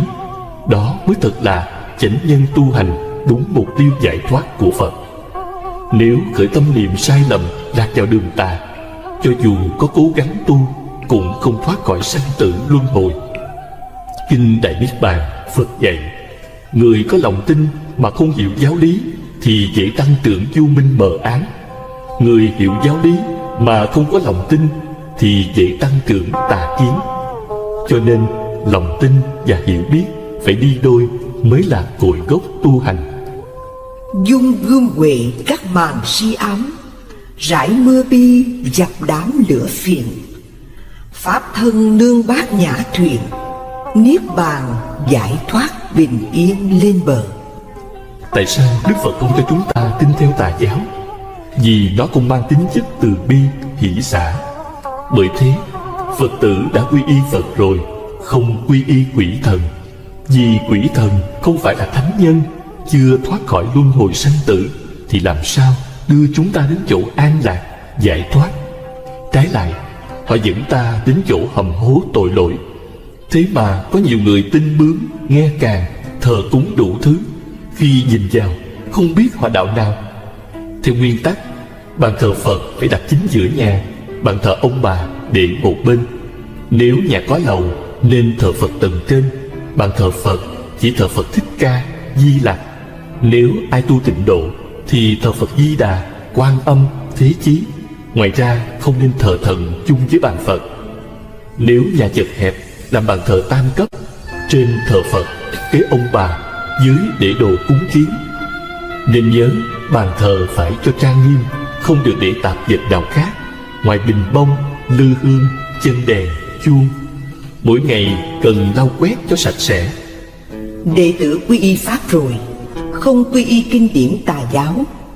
Bởi vì kinh điển tà giáo không phải là pháp môn vô lậu giải thoát, nó đưa chúng ta đến chỗ lầm đường lạc lối. Thế mà có nhiều người kinh Phật không đọc, lại xem những sách nhảm nhí vô ích, thậm chí kinh luận đụng đâu bỏ đó, để cho mấy em bé bứt xé, thật đáng tiếc. Xem truyện Tiền Thân Phật, Ngài dám hy sinh thân mạng để cầu một bài kệ. Mình là con Phật lại xem thường giáo lý của Ngài hay sao? Kinh Địa Tạng nói, người nào thấy kinh sách hư rách, sửa lại để chỗ trang nghiêm, công đức vô lượng. Kinh Nhân Quả nói, tay nhơ cầm kinh và để chỗ dơ bẩn, mắt báo làm con trùng trong nhà xí. Vì thế chúng ta phải quý trọng kinh điển như kính trọng Phật vậy. Đệ tử quy y tăng, không quy y thầy tà bạn ác. Vì thầy tà bạn ác dẫn dắt ta đến chỗ tối tâm sa đọa. Là Phật tử đã quy y Tam Bảo rồi mà không vâng lời Phật dạy, là đã biến mình thành kẻ tà đạo. Tà đạo không có nghĩa là đạo khác, Mà những ai không nghe lời Phật dạy, thờ cúng phi pháp, lại tin bướng nghe càng, làm điều trái ngược, Phật nói người đó là tà đạo, khiến cho tâm trí bất an, làm hoạt đời chướng ngại sự sinh hoạt quy y tam bảo, thọ trì ngũ giới. Nếu lỡ phạm giới, họ biết đó là sai trái, tội lỗi, ăn năn sám hối. Còn người không biết quy y tam bảo, thọ trì ngũ giới, họ gây tạo tội lỗi mà không biết đó là tội lỗi, lại còn cho thế là đúng, nên họ càng lún sâu vào con đường tội ác. Người biết quy y tam bảo, thọ trì ngũ giới thập thiện, cho dù họ không giữ được trọn vẹn, nhưng ít ra họ cũng giữ được 1-2 giới, còn hơn là không giữ được giới nào. Hơn nữa, cho dù họ có gây tạo ác nghiệp, bị đọa đi chăng nữa, nhưng căn lành quy y tam bảo đó không mất. Khi trả hết ác nghiệp, sẽ gặp được chư Phật và Bồ Tát cứu độ họ thoát khỏi cảnh khổ đau. Vì vậy, chúng ta hãy dũng mạnh phát tâm quy y tam bảo, thọ trì ngũ giới thập thiện, không có gì phải bận tâm lo sợ. Theo kinh Thập Thiện Nghiệp, Phật dạy: người không tà kiến, thời thành tựu được 10 công đức sau đây. 1. Được ý vui, chân thiện, bầu bạn chân thiện. 2. Tin sâu lý nhân quả, thà bỏ thân mạng chứ không làm ác. 3. Chỉ quy y Phật, không quy y thiên thần và ngoại đạo. 4. Trực tâm chánh kiến, xa hẳn các sự ngờ vực thiết hung. 5. Thường sanh nhân thiên, không xa đường dữ. 6. Vô lượng phước huệ, thường tăng lên mãi. 7. Dứt hẳn đường tà, chăm tu đạo chánh. 8. Không lòng chấp ngã, bỏ hết ác nghiệp. 9. Kiến giải vô ngại. 10. Chẳng bị các tai nạn. Đó là 10 công đức. Nếu ai hồi hướng về quả vô thường chánh đẳng chánh giác, sau khi thành Phật, chứng được tất cả Phật Pháp, thành tựu thần thông tự tại. Ngược lại, trong kinh Niết Bàn nói, nếu người nào si mê tà kiến hiện tại, tâm trí bất an, mê mờ làm điều tà dại, não hại sanh linh, khi quả thành thục sẽ đọa địa ngục. Ra khỏi địa ngục, thọ thân súc sanh làm heo, bò, kiến, mối. Nếu được làm người, sanh vào nhà tà kiến, đuôi điếc, câm ngọng, tàn tật, tâm trí u mê, thường mang ách nạn ưu sầu vào thân. Phật đã ân cần chỉ rõ tai hại của tà kiến. Chúng ta lẽ nào chẳng sợ hãi, không từ bỏ nó hay sao? Sở dĩ con người khổ đau tổn giảm tuổi thọ sa đọa là do không giữ giới, thánh thiền, vẫn bị nó quấy nhiễu. Nghĩa là ai nói xúc phạm hoặc có cử chỉ gì đụng chạm đến quyền lợi, danh dự của họ, thì sân si sừng sộ, phẫn nộ, nhăn mặt nhíu mày, phùng mang trợn mắt, quạo cọ, la hét, chửi mắng, đánh đập đối phương. Nếu chúng ta bị kẻ khác chọc tức liền nổi nóng, vung tay lên nói chuyện với họ, thì ta tin chắc rằng họ sẽ gửi lại bằng 2 quả đấm. Nếu ai nô lệ tánh tự ái thái quá như thế, là tự mình thoái hóa, đánh mất hết nhân phẩm đạo đức và làm thất nhân tâm mọi người. Những bậc thượng căn đại trí mới có đủ can đảm, điềm đạm, mềm mỏng khi bị kẻ khác nói nặng. Những vị ấy biết rằng ăn miếng trả miếng không có lợi gì cả. Trong giao tế hàng ngày, ai không mềm mỏng thì trăm việc bất thành đến gần trăm. Chúng ta phải công nhận rằng trong thời gian qua, có rất nhiều việc tại mình nóng bậy một chút mà hỏng. Kệ khuyên: mở tình yêu khắp nhân loại, giúp nhau cuộc sống được dày thêm ra. Giận nhau mấy cũng nên tha, thù nhau mấy cũng nên hòa tốt hơn. Hờn người tất bị người hờn, ghét người, người ghét không hơn chi người. Hòa nhau cho được vui cười, hơn là thù ghét suốt đời âu lo. Thương người như thể chân tay, ở trong thế giới hết ai sanh rầy. Sự tu chính ở chỗ này, cho nên cần khắp nhân loại biết tu. Thanh Sĩ: muốn cho thân tâm thanh tịnh, mau thành Phật quả, Kinh Pháp Hoa dạy: lấy từ bi làm nhà, lấy nhu hòa nhẫn nhục làm y phục, lấy tất cả pháp không làm tọa ngồi. Từ bi là nước cam lộ tươi mát, tưới tắt lửa phiền não. Nhẫn nhục như áo giáp ngăn ngừa tên độc. Pháp không là ánh sáng trí huệ, phá tan bóng tối vô minh chấp trước. Ai thực hành được 3 phương pháp trên để diệt trừ tham sân si, tức là đã vào nhà Như Lai, mặc y Như Lai và ngồi tọa Như Lai vậy. Chúng ta hãy cố gắng tu tập hành nhẫn như tôn giả Phú Lâu Na. Một hôm, Ngài xin Phật đến xứ Vũ Lâu Na truyền đạo. Phật hỏi: này Phú Lâu Na, dân chúng xứ ấy rất hung ác, con đến đó dạy họ không nghe, còn dùng lời ác mắng chửi. Khi đó con nghĩ sao? Bạch Thế Tôn, con nghĩ họ là người tốt, vì chưa lấy cây, đá, đánh và ném con. Nếu họ dùng cây và đá đánh ném con thì sao? Con nghĩ họ vẫn còn lòng nhân, vì chưa đánh ném con đến chết. Nếu họ đánh đập, đâm chém con chết thì sao? Bạch Thế Tôn, con nghĩ họ là ân nhân giải thoát dùng cái thân bất tịnh khổ đau này. Phật khen: hay lắm, con nhẫn được như thế mới qua xứ đó truyền đạo được. Tôn giả Phú Lâu Na qua xứ Vũ Lâu Na giáo hóa.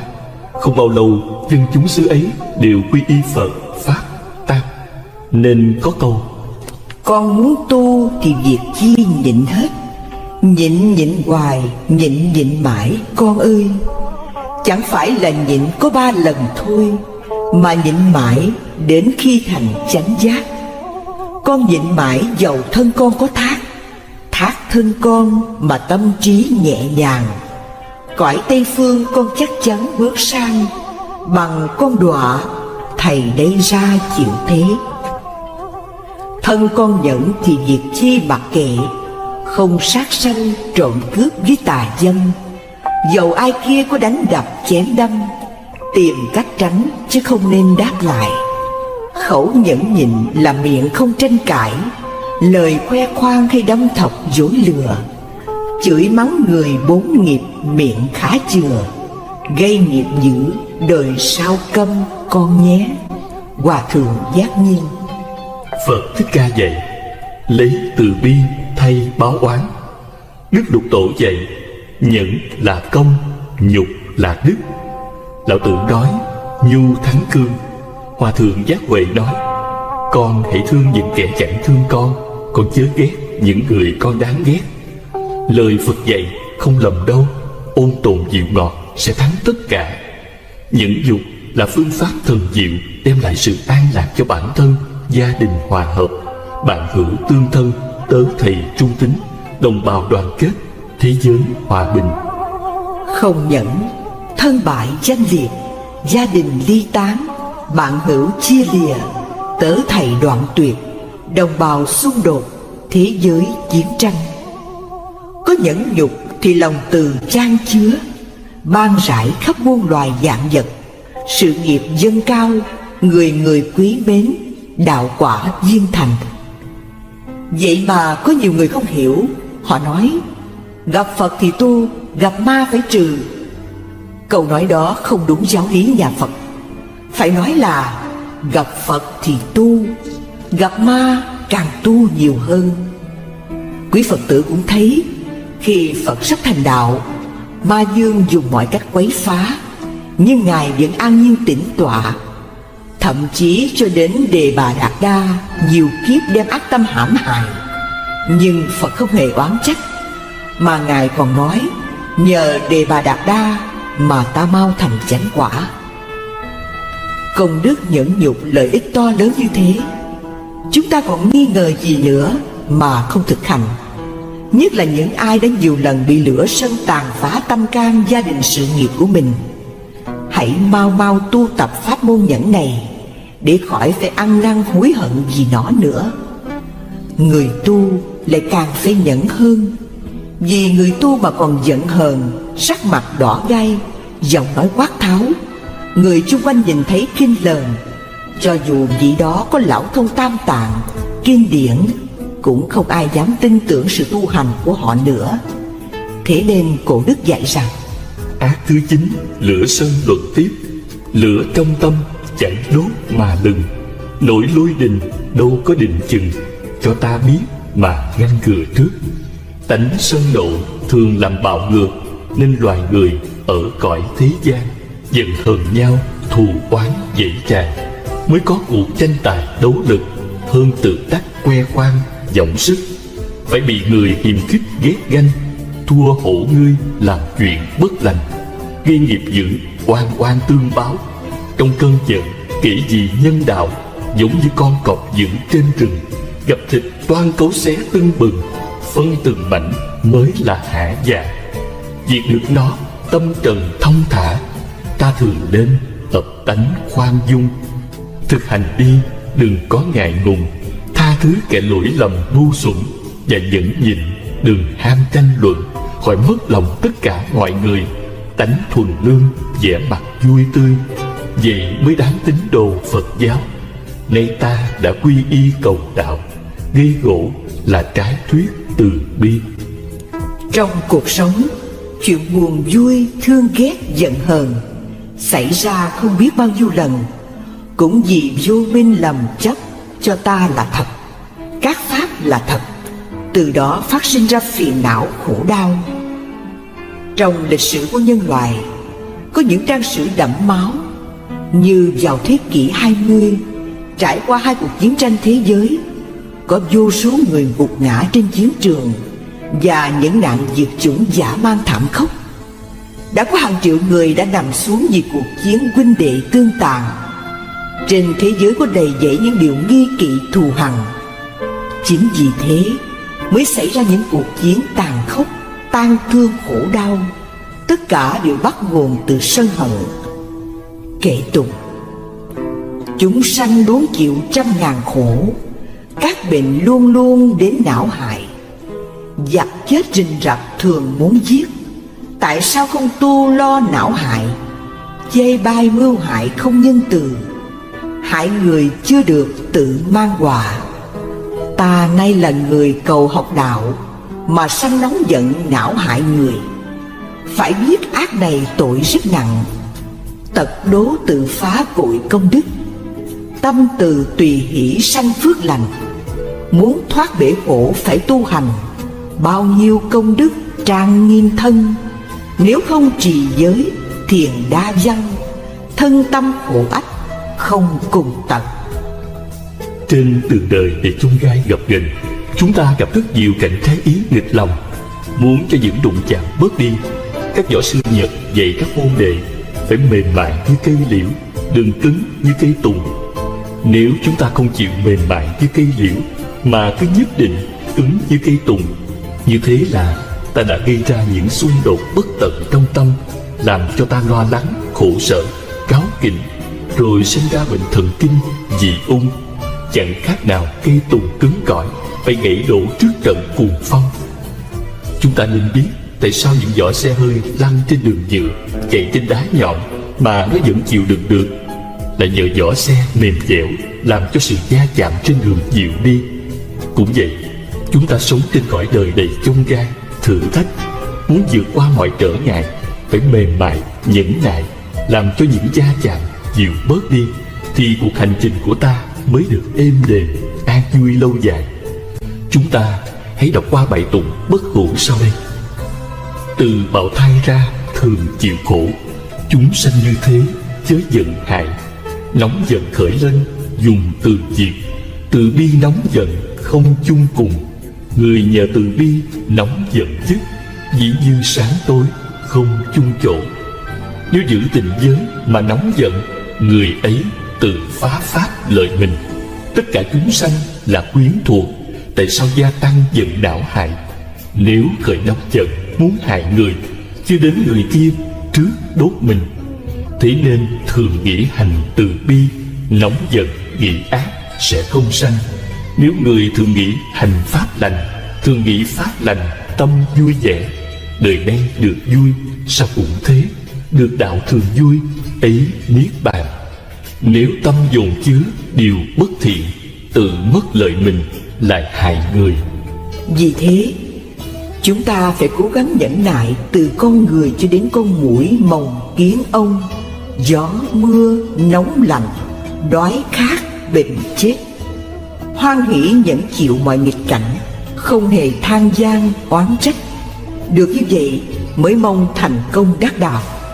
Như Tích Đại Đức Lomasa Nagathora hành đạo trên núi Gitiyapapata.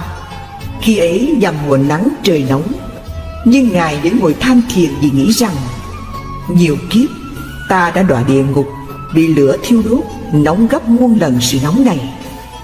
Nhờ thấy được điều đó nên Ngài kiên nhẫn thiền quán chứng đắc đạo quả A-la-hán. Lại có đại đức khác đi khất thực 3 ngày liên tiếp, chẳng có ai cúng món gì.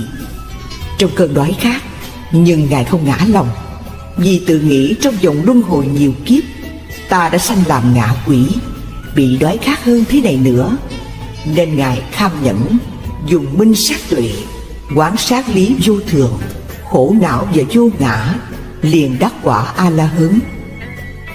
Tích trên ngụ ý khuyên chúng ta không nên để cho những sự khổ bên ngoài chi phối, mà bỏ dở sự tu hành. Cảnh nắng mưa gió lạnh, hành hạ bức não thân, thân cam chịu không phiền, được gọi là thân nhẫn. Sự nhục mạ chua cay, hoặc mắng nhiếc tồi tệ, cam chịu không chửi lại, được gọi là khẩu nhẫn.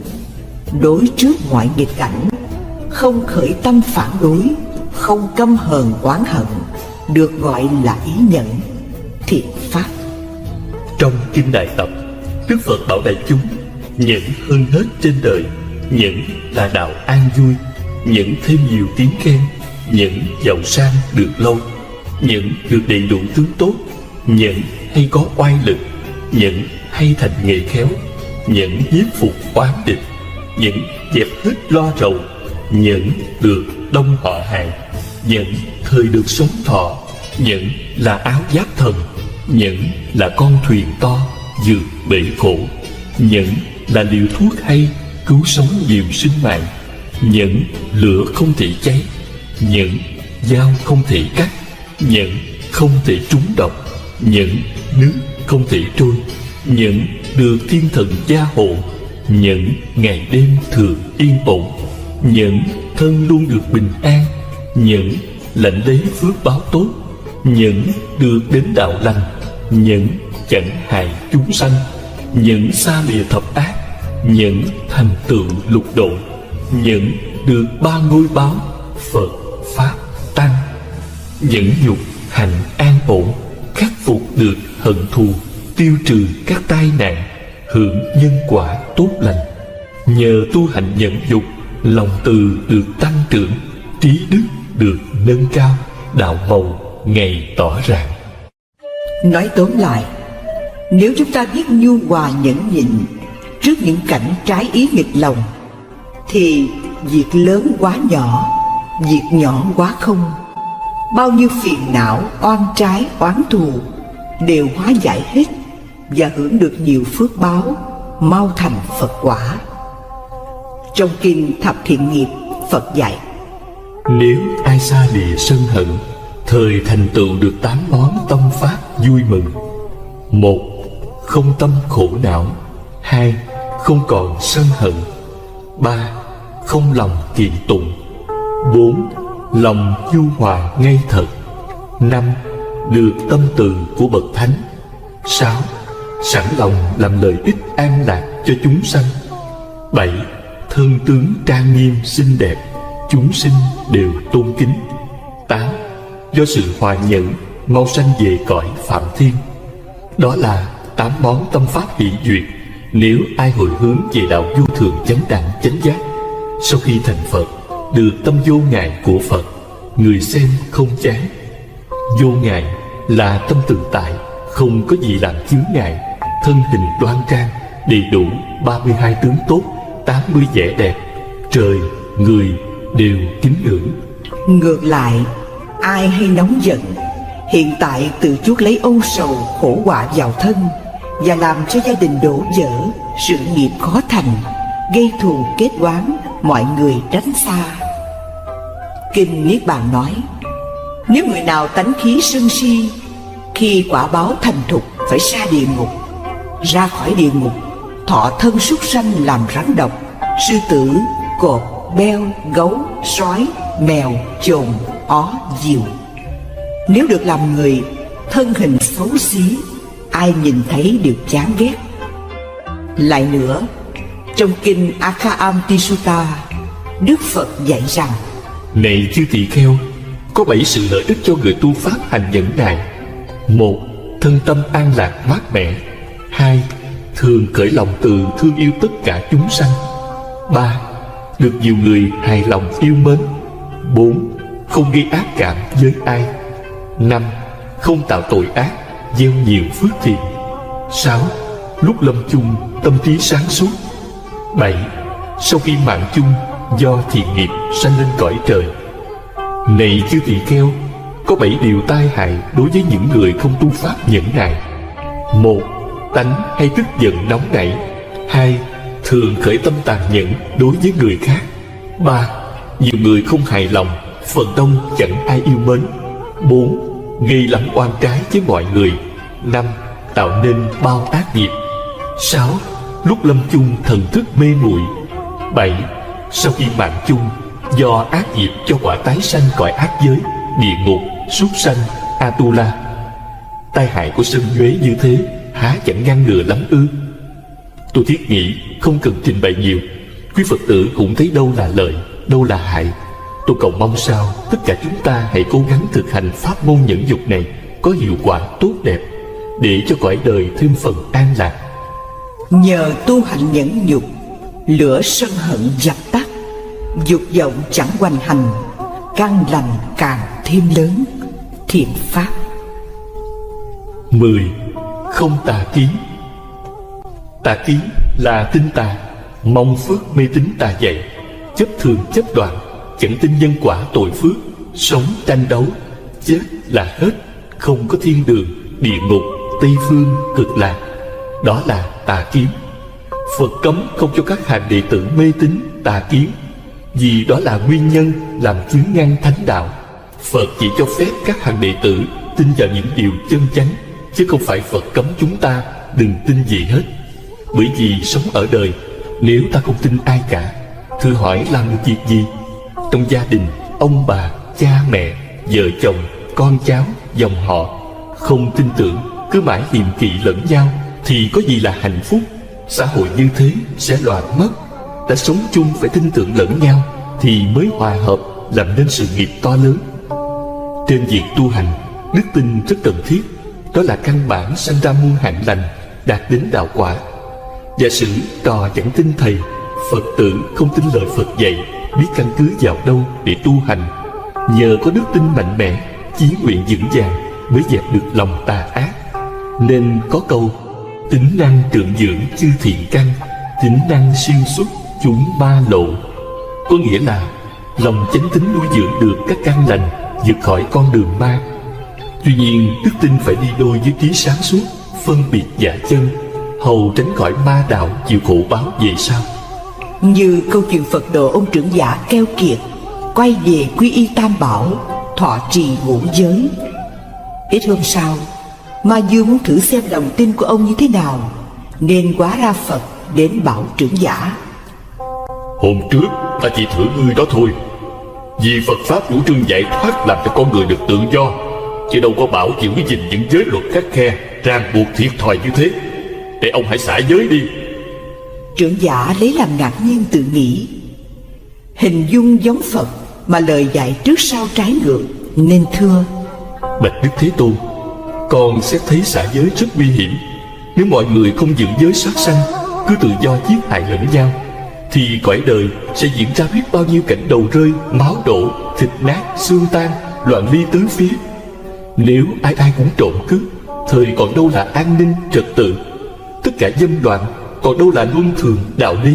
Đua nhau lừa dối, còn đâu là uy tín? Cứ mãi say sưa tối ngày, thì còn đâu là nhân phẩm đạo đức? Theo chỗ xét nghĩ của con, xả giới rất tai hại, nên không xả giới được. Mong Thế Tôn lượng thứ cho. Ma Dương mấy phen lung lạc, nhưng trưởng giả khăng khăng một lòng. Ma Dương đành biến mất. Qua chuyện trên để cho chúng ta thấy người Phật tử đã nhận chân được giáo lý. Cho dù Phật hay Hòa Thượng nói ra mà không phù hợp với lẽ phải cũng không tin. Có lắm người thiếu trí nhận định, đụng đâu tin đó, nên dễ lạc vào ma đạo. Vì thế cổ đức cảnh báo: đạo giới lý từ đây nhiều chỗ, phải lọc lừa cho kỹ mà nhờ. Chọn nơi nào đạo chánh phụng thờ, thì mới được thân sau cao quý. Nhìn Phật giáo mà tìm cái lý, coi tại sao ta phải tu hành. Vì yêu dân ta chỉ ngọn ngành, khuyên lê thứ là tinh lành ác tránh. Đạo quỷ dương rất nhiều chi nhánh, khuyên dương trần sớm tránh mới màu. Thời kỳ này nhiều quỷ lắm ma, ráng nghe kỹ lời ta mách trước. Tin không tin thì cũng mạch tình, chữ ta lắm công trình dạy dỗ. Hồi thuở trước Thích Ca Phật Tổ ngồi than thiền, bị nó ghẹo hoài mà cũng không trúng động lòng Ngài, nên cố oán phá đời mãi mãi. Cổ đức còn nhắc nhở thêm: câu đạo đức bay mùi thơm lạ, muốn nếm thì phải ráng sưu tầm. Các đạo tà mưu khéo âm thầm, dân trong chẳng kẻo lâm mà khổ. Chúng nói xuống khuyên răng nhiều chỗ, dùng phép màu lòe mắt chúng sanh. Ai ham linh theo nó tập tành, sa cảm bẫy khó mong sống sót. Lấy trí xét đoán tận tường lời Phật dạy gọi là chánh tín, trái lại với tin mù quáng là mê tín. Từ cổ chí kim chưa có ai tu mê tín mà thành đạo bao giờ. Chúng sanh chẳng rõ chánh nhân, mê trách hình tướng, tin tà cầu phước thật là phi lý. Đức Phật thuyết minh giáo lý nhân quả nghiệp báo, không có vị thiên thần, ông bà, cô cậu nào có quyền sắp đặt, an bài số phận cho ta.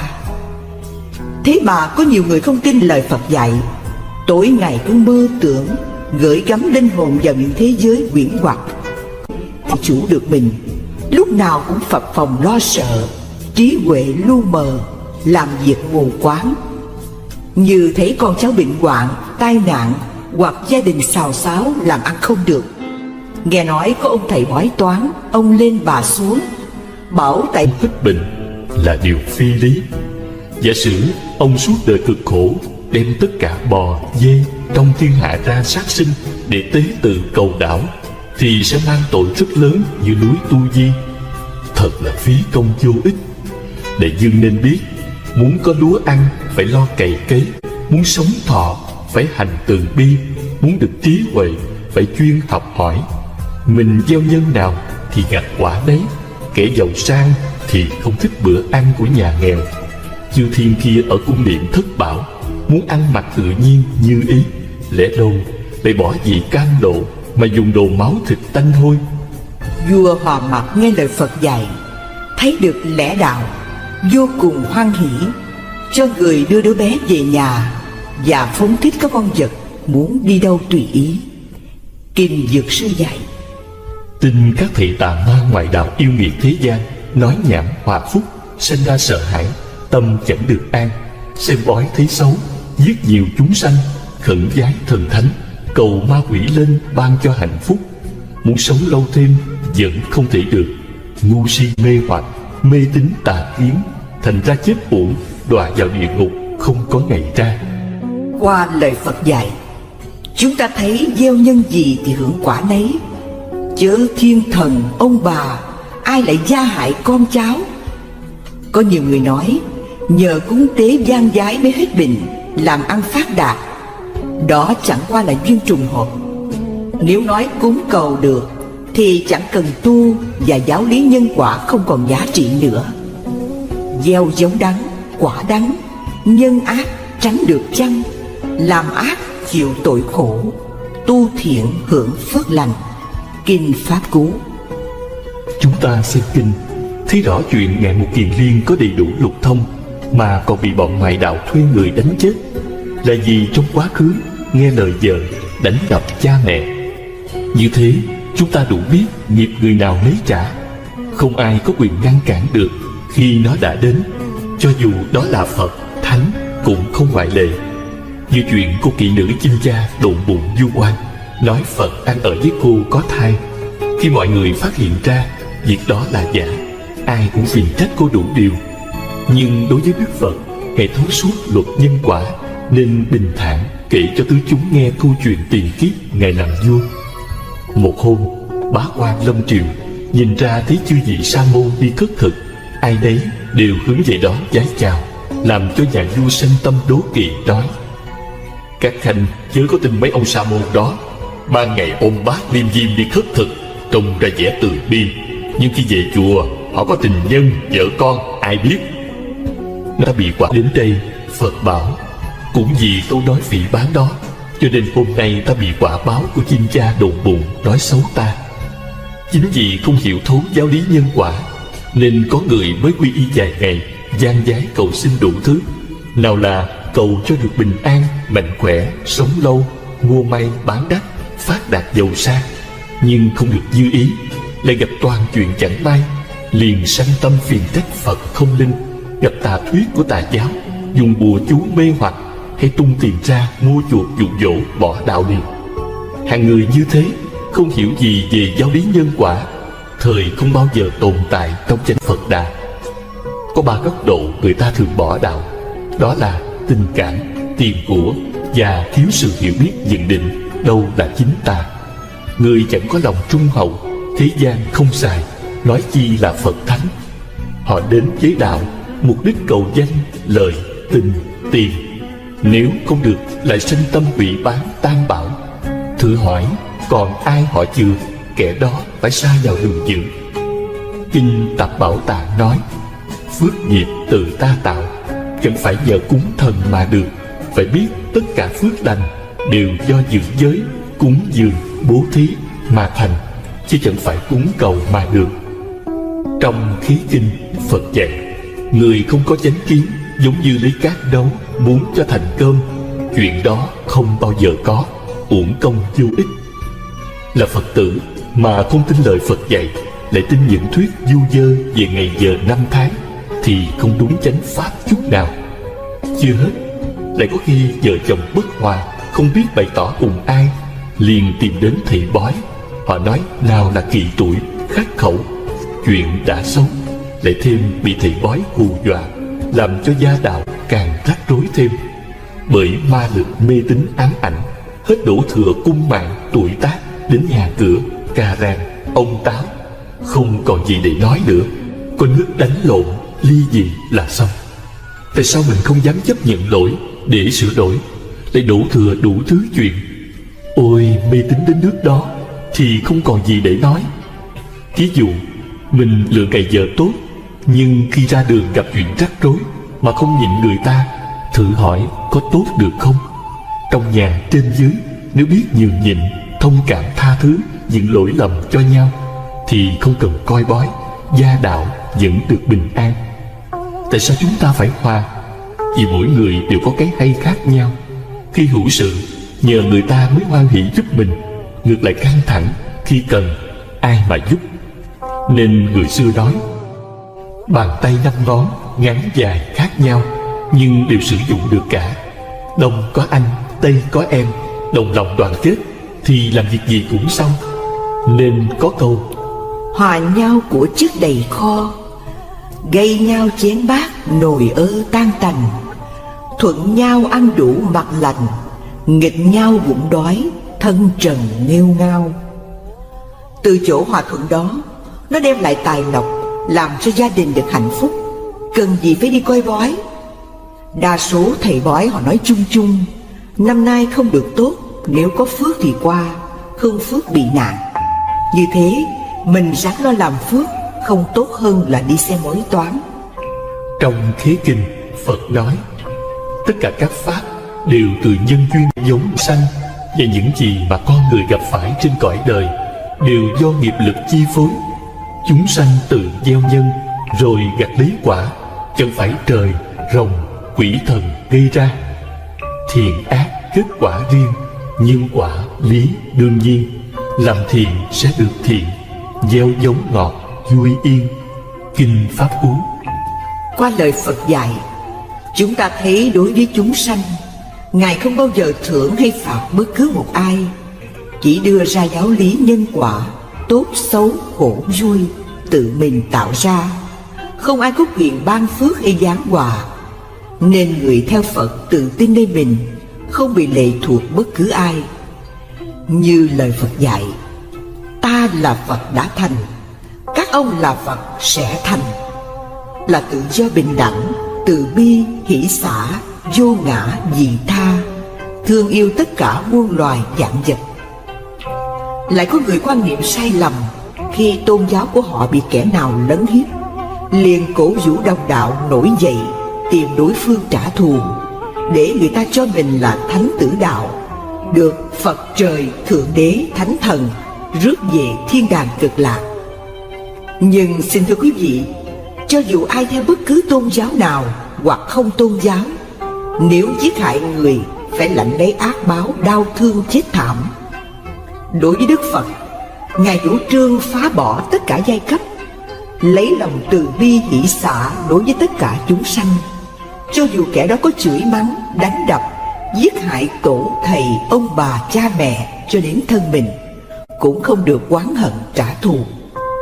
Tâm hồn thiêng liêng cao thượng đó không có bút mực nào diễn tả hết. Đó là điều chúng ta cần biết, chứ đừng nghĩ rằng giết kẻ phá đạo mình để chứng tỏ ta là người có công trung thành với đạo, để được ơn trên khen thưởng, phong quan tấn tước như chuyện thế gian. Người như thế không hiểu gì về luật nhân quả, thật là mê muội đáng thương. Để cảnh giác các hàng đệ tử, trong kinh A Hàm Phật bảo phải thực hành thiền định, quán sát thấy cho rõ các pháp, lúc thịnh khi suy, đủ duyên thì hợp, hết duyên thì tan, không có gì tồn tại mà phải bảo thủ, giết hại lẫn nhau, gây thù kết oán. Nếu hiểu được như thế, chúng ta sống rất thoải mái trong mọi cảnh ngộ, không có chi bận tâm. Đó là bức thông điệp vô giá Đức Phật đã để lại cho nhân loại làm nền tảng tu tập. Nhưng có mấy ai hiểu ra, cứ mãi giết hại lẫn nhau, thật đáng buồn thay. Nhìn thấy nhân loại đắm chìm trong bóng tối vô minh, mê mờ không lối thoát, nên Đức Phật hiện thân ra đời, đem giáo pháp nhiệm màu ân cần chỉ dạy, đưa nhân loại thoát khỏi dòng mê lộ. Là đệ tử phước mỏng nghiệp dày, sanh sao Phật hơn 25 thế kỷ, trí mờ ám, phải đương đầu nhiều lối tẻ. Bây giờ chúng ta phải làm gì? Xưa Phật dạy đệ tử, các con phải lấy giới luật làm thầy, thực hành bát chánh đạo là chánh kiến, chánh tư duy, chánh ngữ, chánh nghiệp, chánh mạng, chánh tinh tấn, chánh niệm và chánh định. Hãy tự mình thắp lên ngọn đuốc trí huệ, phá tan bóng tối vô minh tà kiến. Đó mới thật là chánh nhân tu hành, đúng mục tiêu giải thoát của Phật. Nếu khởi tâm niệm sai lầm, lạc vào đường tà, cho dù có cố gắng tu cũng không thoát khỏi sanh tử luân hồi. Kinh Đại Niết Bàn Phật dạy, người có lòng tin mà không hiểu giáo lý thì dễ tăng trưởng vô minh mờ ám. Người hiểu giáo lý mà không có lòng tin thì dễ tăng trưởng tà kiến. Cho nên lòng tin và hiểu biết phải đi đôi mới là cội gốc tu hành. Dung gương huệ các màn si ám, rải mưa bi dập đám lửa phiền. Pháp thân nương bát nhã thuyền, niết bàn giải thoát bình yên lên bờ. Tại sao Đức Phật không cho chúng ta tin theo tà giáo? Vì nó cũng mang tính chất từ bi, hỷ xả. Bởi thế Phật tử đã quy y Phật rồi, không quy y quỷ thần. Vì quỷ thần không phải là thánh nhân, chưa thoát khỏi luân hồi sanh tử, thì làm sao đưa chúng ta đến chỗ an lạc, giải thoát? Trái lại, họ dẫn ta đến chỗ hầm hố tội lỗi. Thế mà có nhiều người tin bướm, nghe càng, thờ cúng đủ thứ, khi nhìn vào không biết họ đạo nào. Theo nguyên tắc, bàn thờ Phật phải đặt chính giữa nhà, bàn thờ ông bà để một bên. Nếu nhà có lầu nên thờ Phật tầng trên, bàn thờ Phật chỉ thờ Phật Thích Ca, Di Lặc. Nếu ai tu tịnh độ thì thờ Phật Di Đà, Quan Âm, Thế Chí. Ngoài ra không nên thờ thần chung với bàn Phật. Nếu nhà chật hẹp làm bàn thờ tam cấp, trên thờ Phật, kế ông bà, dưới để đồ cúng kiến. Nên nhớ bàn thờ phải cho trang nghiêm, không được để tạp vật nào khác ngoài bình bông, lư hương, chân đèn, chuông. Mỗi ngày cần lau quét cho sạch sẽ. Đệ tử quy y Pháp rồi, không quy y kinh điển tà giáo. Bởi vì kinh điển tà giáo không phải là pháp môn vô lậu giải thoát. Nó đưa chúng ta đến chỗ lầm đường lạc lối. Thế mà có nhiều người kinh Phật không đọc, lại xem những sách nhảm nhí vô ích, thậm chí kinh luận đụng đâu bỏ đó, để cho mấy em bé bứt xé, thật đáng tiếc. Xem truyện Tiền Thân Phật, Ngài dám hy sinh thân mạng để cầu một bài kệ. Mình là con Phật lại xem thường giáo lý của Ngài hay sao?